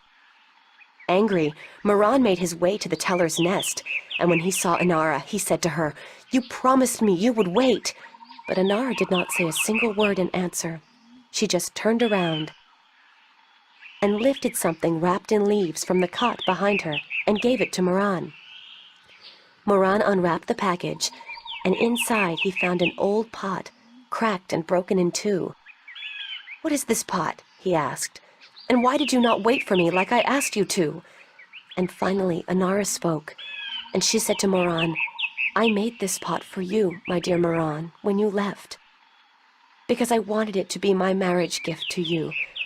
But when many, many years passed, I finally realized that you did not love me the way I loved you, and to live hoping otherwise would be death." "But I want to marry you," cried Moran. "I came back." But Inara just nodded at the broken pot in Moran's hands and said, "Like an old pot that is left without care, a heart may break in two, and a broken heart can never be mended." And so Inara turned away, never to speak with Moran again, and Moran's heart, like the pot that was left untended, broke in two, because absence makes a heart brittle. This was the tale of homecoming, my tale, and I told it in my own words as told to me by my teacher, and as I will tell it to my student when the time comes. Bye, Nima. Goodbye, April.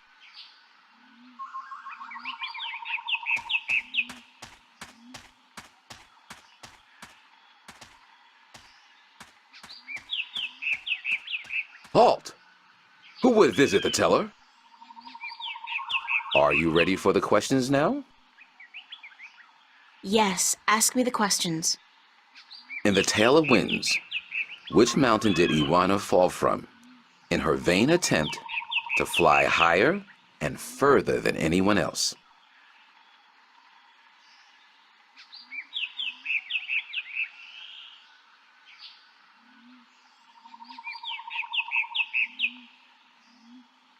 Mount Bakta'ana, the Tower of Light. That is correct. In the Tale of Stars, what did Mona see in the sky that helped her find her way home? The spirits of 5 tellers. That is correct. In the Tale of Sea, what creature did the Lost One battle in his quest to recover the sacred jewel? The Octawo? That is correct. My final question to you is this. In the Tale of Homecoming, what was given to Moran by his teller when he returned from his pilgrimage? A broken pot to teach him that absence may break a heart in two. You have correctly answered all my questions, and so have proven your knowledge of the 4 tales. You are the Windbringer. The teller would see you presently.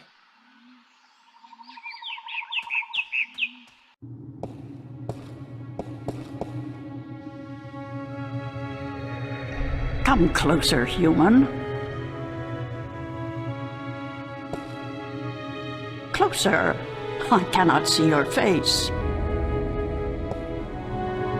Closer still. Come sit here by me.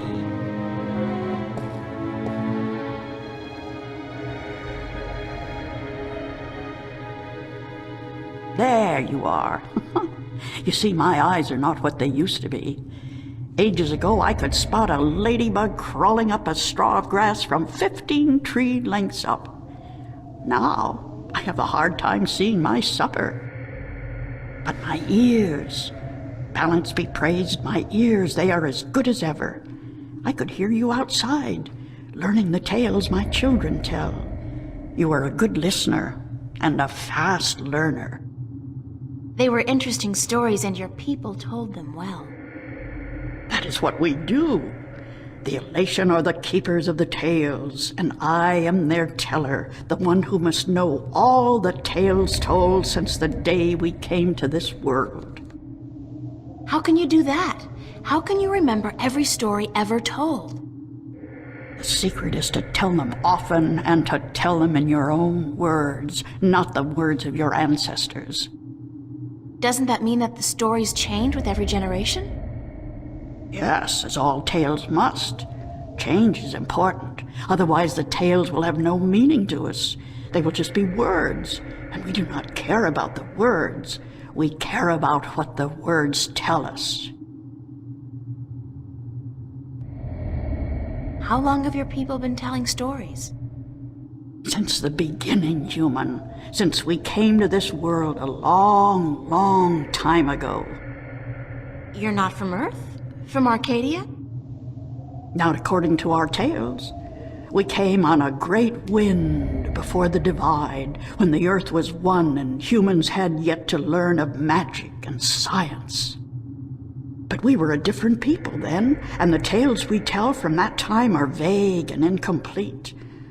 Like myths and legends, the younger elation pay little attention to these tales. Sometimes I worry they will be lost with me, these tales, and I am getting old, very old.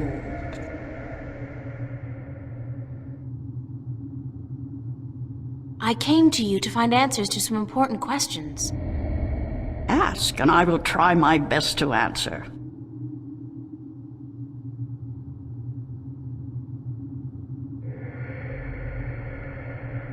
Have you heard of an ancient god or dragon that lives beneath the sea? Once, long ago, when my people lived in harmony with the Merim, there were stories of an old god worshipped by the Merim who resided deep in the darkest depths of the ocean. According to legend, the old god had once brought the Merim into their realm, into the ocean, and he was now sleeping, resting before the journey back. Back where? To a great ocean amongst the stars. When the time came, he would gather the Merim and bring them home with him, back to their world, to their ocean. Strangely enough, we have a similar tale. It is said that the great wind that brought us here will someday return to bring us back to a place where we can soar forever on warm winds. Like heaven. In a way, perhaps, but without the need for any of us to die. The great wind will just sweep us up and carry us away. Every evening before I go to sleep, I recite this tale to myself. It is a comforting one. What do you know about the Dryac kin? The kin are numbered 4, or so our tales tell. 2 in this world, 2 in the other. The mirror world, the white and the blue, the red and the green. Do you know where they are? No, the tales never say. The kin are elusive. They keep to themselves. I have never seen one myself, and I doubt any of my kind has. The tales do say that our past and our future are tied to the fate of the kin, but how I would not pretend to know. This is one tale that is yet to be told. Do you know anything about the Guardian's realm? This is human business. Would you not know more than I? Your people are the keepers of the tales. You remember more than humankind has forgotten. Please, I need to hear what you know. That is very little. The Guardian's realm is home to the Guardian in his tower. No one is permitted within except the Guardian who was, the Guardian who is, and the Guardian who will be. And of course the Dryac kin, who were instrumental in its making. Have you ever heard of the existence of a hidden entrance to his realm? Oh, yes. Yes, I have heard tell of such a thing, though I would not know where it is. I gather that one of the kin may be able to tell you. Thank you. I don't have any more questions. I am glad I could help you with some answers. I'm the Windbringer. I know you are. It's strange to me to hear those words spoken. I did not think they would be in my lifetime. But here you are, standing in front of me as real as the sky is blue. I'm sorry I have to ask, but what is it that the Windbringer is supposed to do for you? I did not expect you to walk in here and have all the answers, child. The balance has both blessed you and cursed you, and it has sent you here to do what it wills. The Windbringer is said to be the first sign of the great wind that will take us away from here. For a long time, the Elation have lost the strength they used to have. Our bones have become weak, and our wings fragile. Where we used to be able to soar for days on strong winds, we are now using our legs to walk rather than fly. Why this is, we do not know. Tanyan! You know of the reason for this? I'm just guessing, but it makes sense. Go on. The tales also say that the Windbringer will unite us with our past and end the age-old strife. I know. You must make peace and be reunited with the Merim. You share a common ancestry. I have always thought we did. The tales were too similar, the signs clear. But my people, they will have a difficult time understanding why and how this can be. If you don't, both the Elation and the Merim will die out. When war broke out between your people and you were forced to move up into the mountains, it compromised a precarious symbiosis. A substance called Tanyan was abundant where the Merim and the Elation lived in close proximity. It brought fish and heat and light to both your people.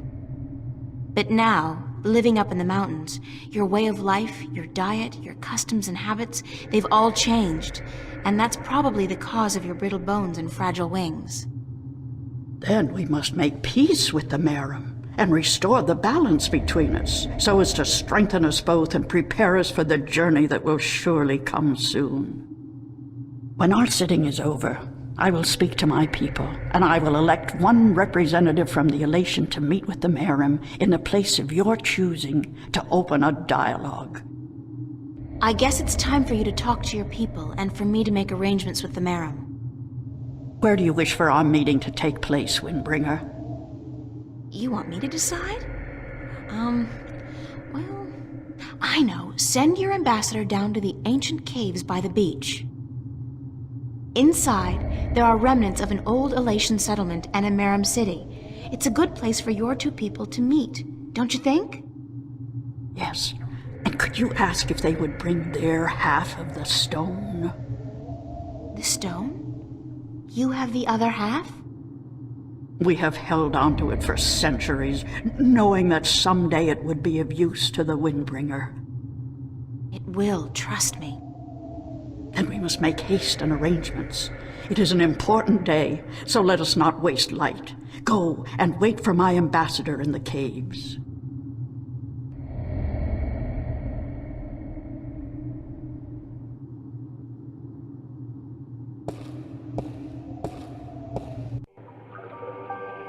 It's amazing.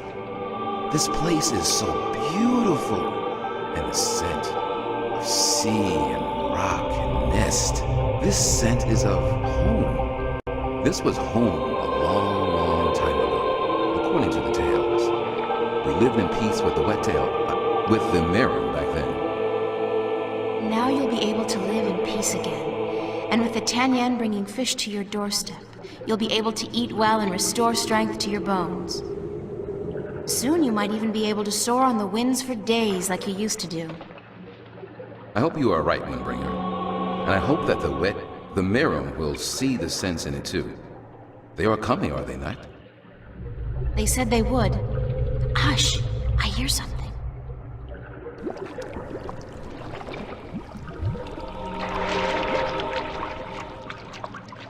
We are here, Water Stiller, as was promised.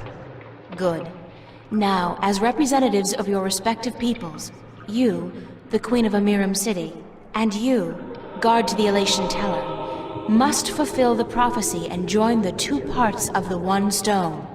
We hope that our peoples may be joined again, Elation, and that we may live in peace and prosper. As do we, Merim. And we pledge to do all we can for this to happen.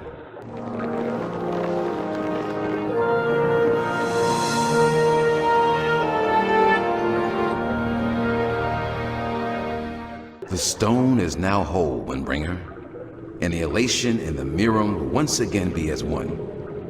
You may take it with you. Thank you. The both of you. Come now, April, and we will take you to our sleeping god.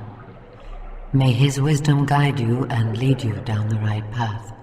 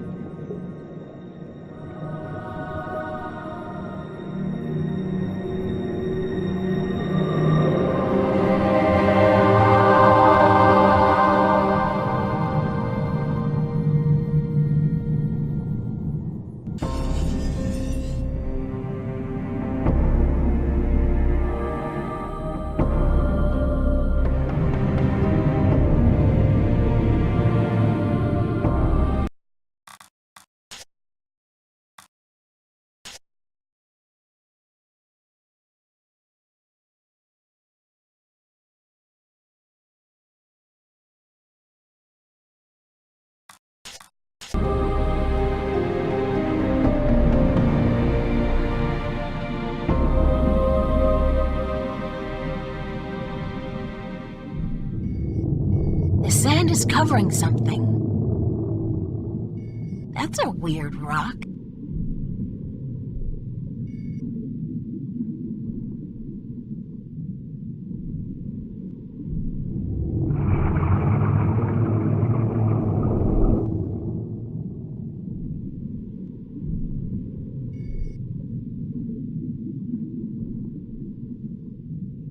Feels more like a shell than a rock.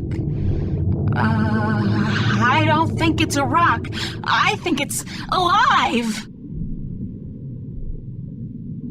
It's a large shell. I wonder how deep it goes and what it contains.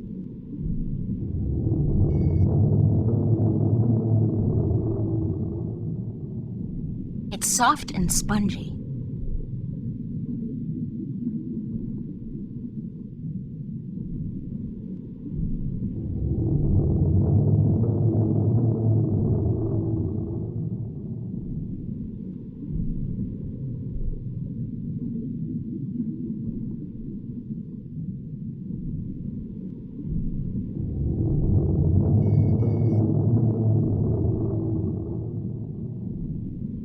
It's some kind of organic sensor.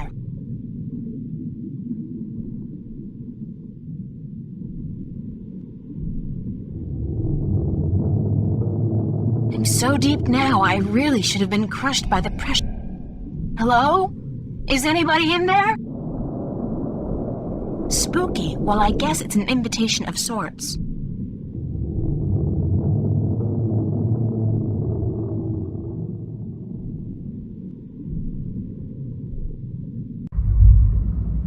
There's air in here.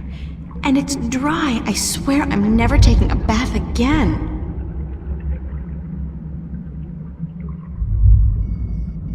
That doesn't look like a natural protrusion. It's too big and round. I know you.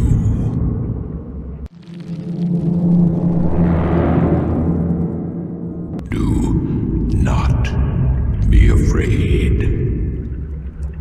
I know what you are. You do? Yes. Yes. What would you hear? I do not like to be disturbed. I wish to be left alone. I wish to rest until the day of ascension.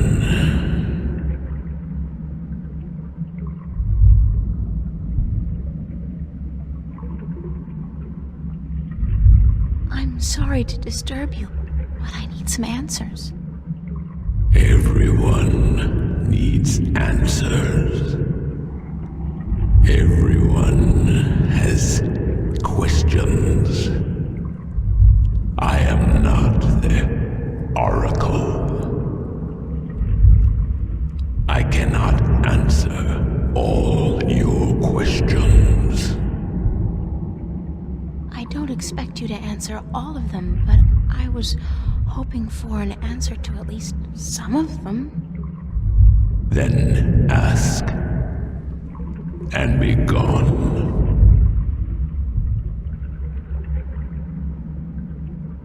What am I? What do you mean? You said you know what I am. What am I? You do not know. Then it is not I who should teach you about your heritage. You must make this discovery on your own. Listen, I'm tired. I'm wet. I'm at the bottom of the sea, and I'm breathing with the help of a polyp stuck in my esophagus. So just cut the Buddhist bullshit about a journey of self-discovery and answer my question. Please?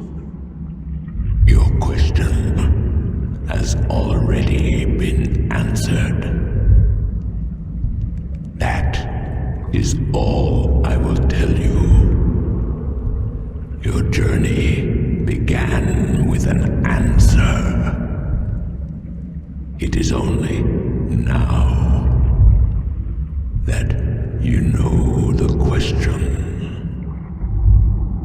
That's so not helpful, but thank you. I'm looking for a jewel called the Dragon's Eye. Yes, I have one such jewel. I guess that's it. Take it. Are you sure?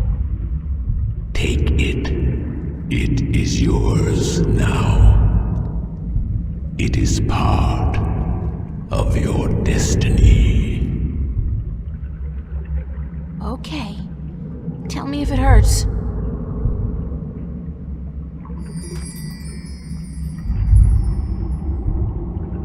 What is the day of Ascension?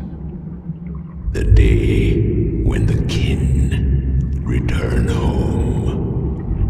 When my siblings come to me and we rise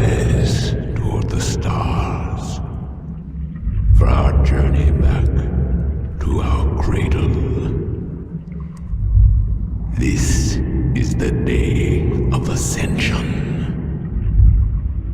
So you're going back to wherever it is you came from? We will, eventually, when everything is ready. When what's ready? I will not answer that question.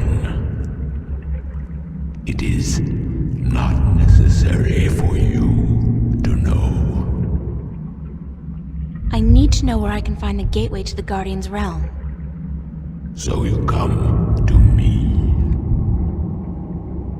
They told me, well, they as in the few people who could tell me anything at all, they told me that if anyone would know, it'd be you. I know. When the earth was divided, there was a doorway left open where the tower was built. But it's moved, hasn't it? That spot. When Stark and Arcadia were created, that spot moved somewhere else. Into the sky. Amongst the stars. But where? I knew you were coming. Your journey has not been a quiet one. Even down here, I could hear you. I speak with the dark people. They are my messengers. They have prepared a map for you with the entrance you are looking for. You knew I was coming and why? Then, okay, I know this is probably a futile question, but why didn't you send the Dark People to me earlier? You could have saved me a lot of time and hard work. You are afraid of time and hard work. No, but it's the principle of it, isn't it? No, it is not. You had prophecies to fulfill. You had a purpose. Bringing my children together in preparation. This was important. And for that, I thank you. Now, I wish to sleep. You said something about a map? The Dark People have it. They will meet you. I will bring you to them. What, now? Yes. Hold on.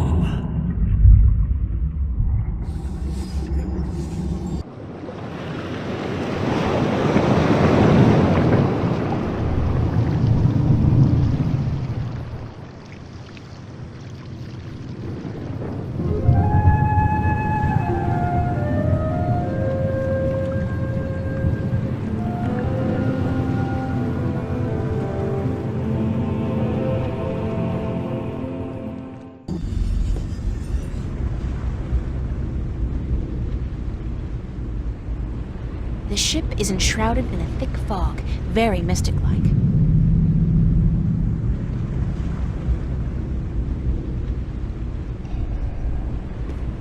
Thanks for taking me on board. Who are you? Well, I thought you... I mean, didn't the old dragon... Well, I'm April Ryan, from Stark, and I guess you're a dark person.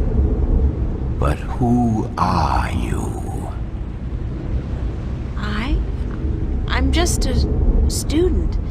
Not anybody special. You are special. Who are you? I'm not. I'm just... I'm the Windbringer. I'm the Water Stiller. I'm April Bondu Mbata of the Banda and the Venar Kangang La. I'm a shifter. I will someday become the 13th Guardian, the protector of the balance. And I'm April Ryan. This is who I am. Yes, that is who you are. And you are a wave. Why am I, a wave? You have a purpose. You play an important part in the cosmos. A wave is someone who propels people and events toward change, towards the future. And that's what I do? You are a wave.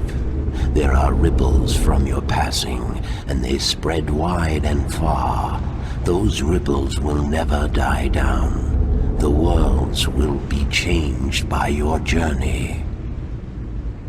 You're telling me that everything I do affects the universe? You cannot escape it. You are a wave. The ancient dragon, the blue of the Drake kin, told me you had a map for me. A map of stars, yes. It was made for you in our library and given to me to hold. It is yours now. Keep it well. It is the only one.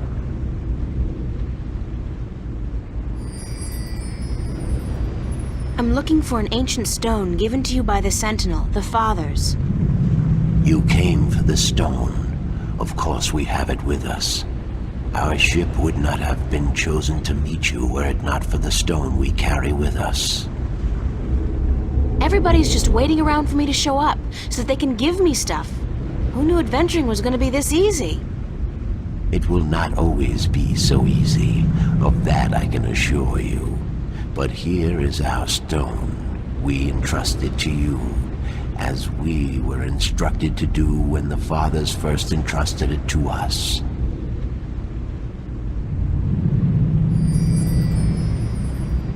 Can this ship take me back to Marcuria? I mean, would you mind? We will bring you to Marcuria henceforth. It will take the night, but we will be there at first light. That's fine. Thanks a lot. You are free to rest here, to sleep, while we travel. The flames will keep you warm, but do not move too far away. My brothers are not friendly with outsiders. They do not take kindly to intrusion. I'll keep that in mind. I'm staying right here. Good. Sleep.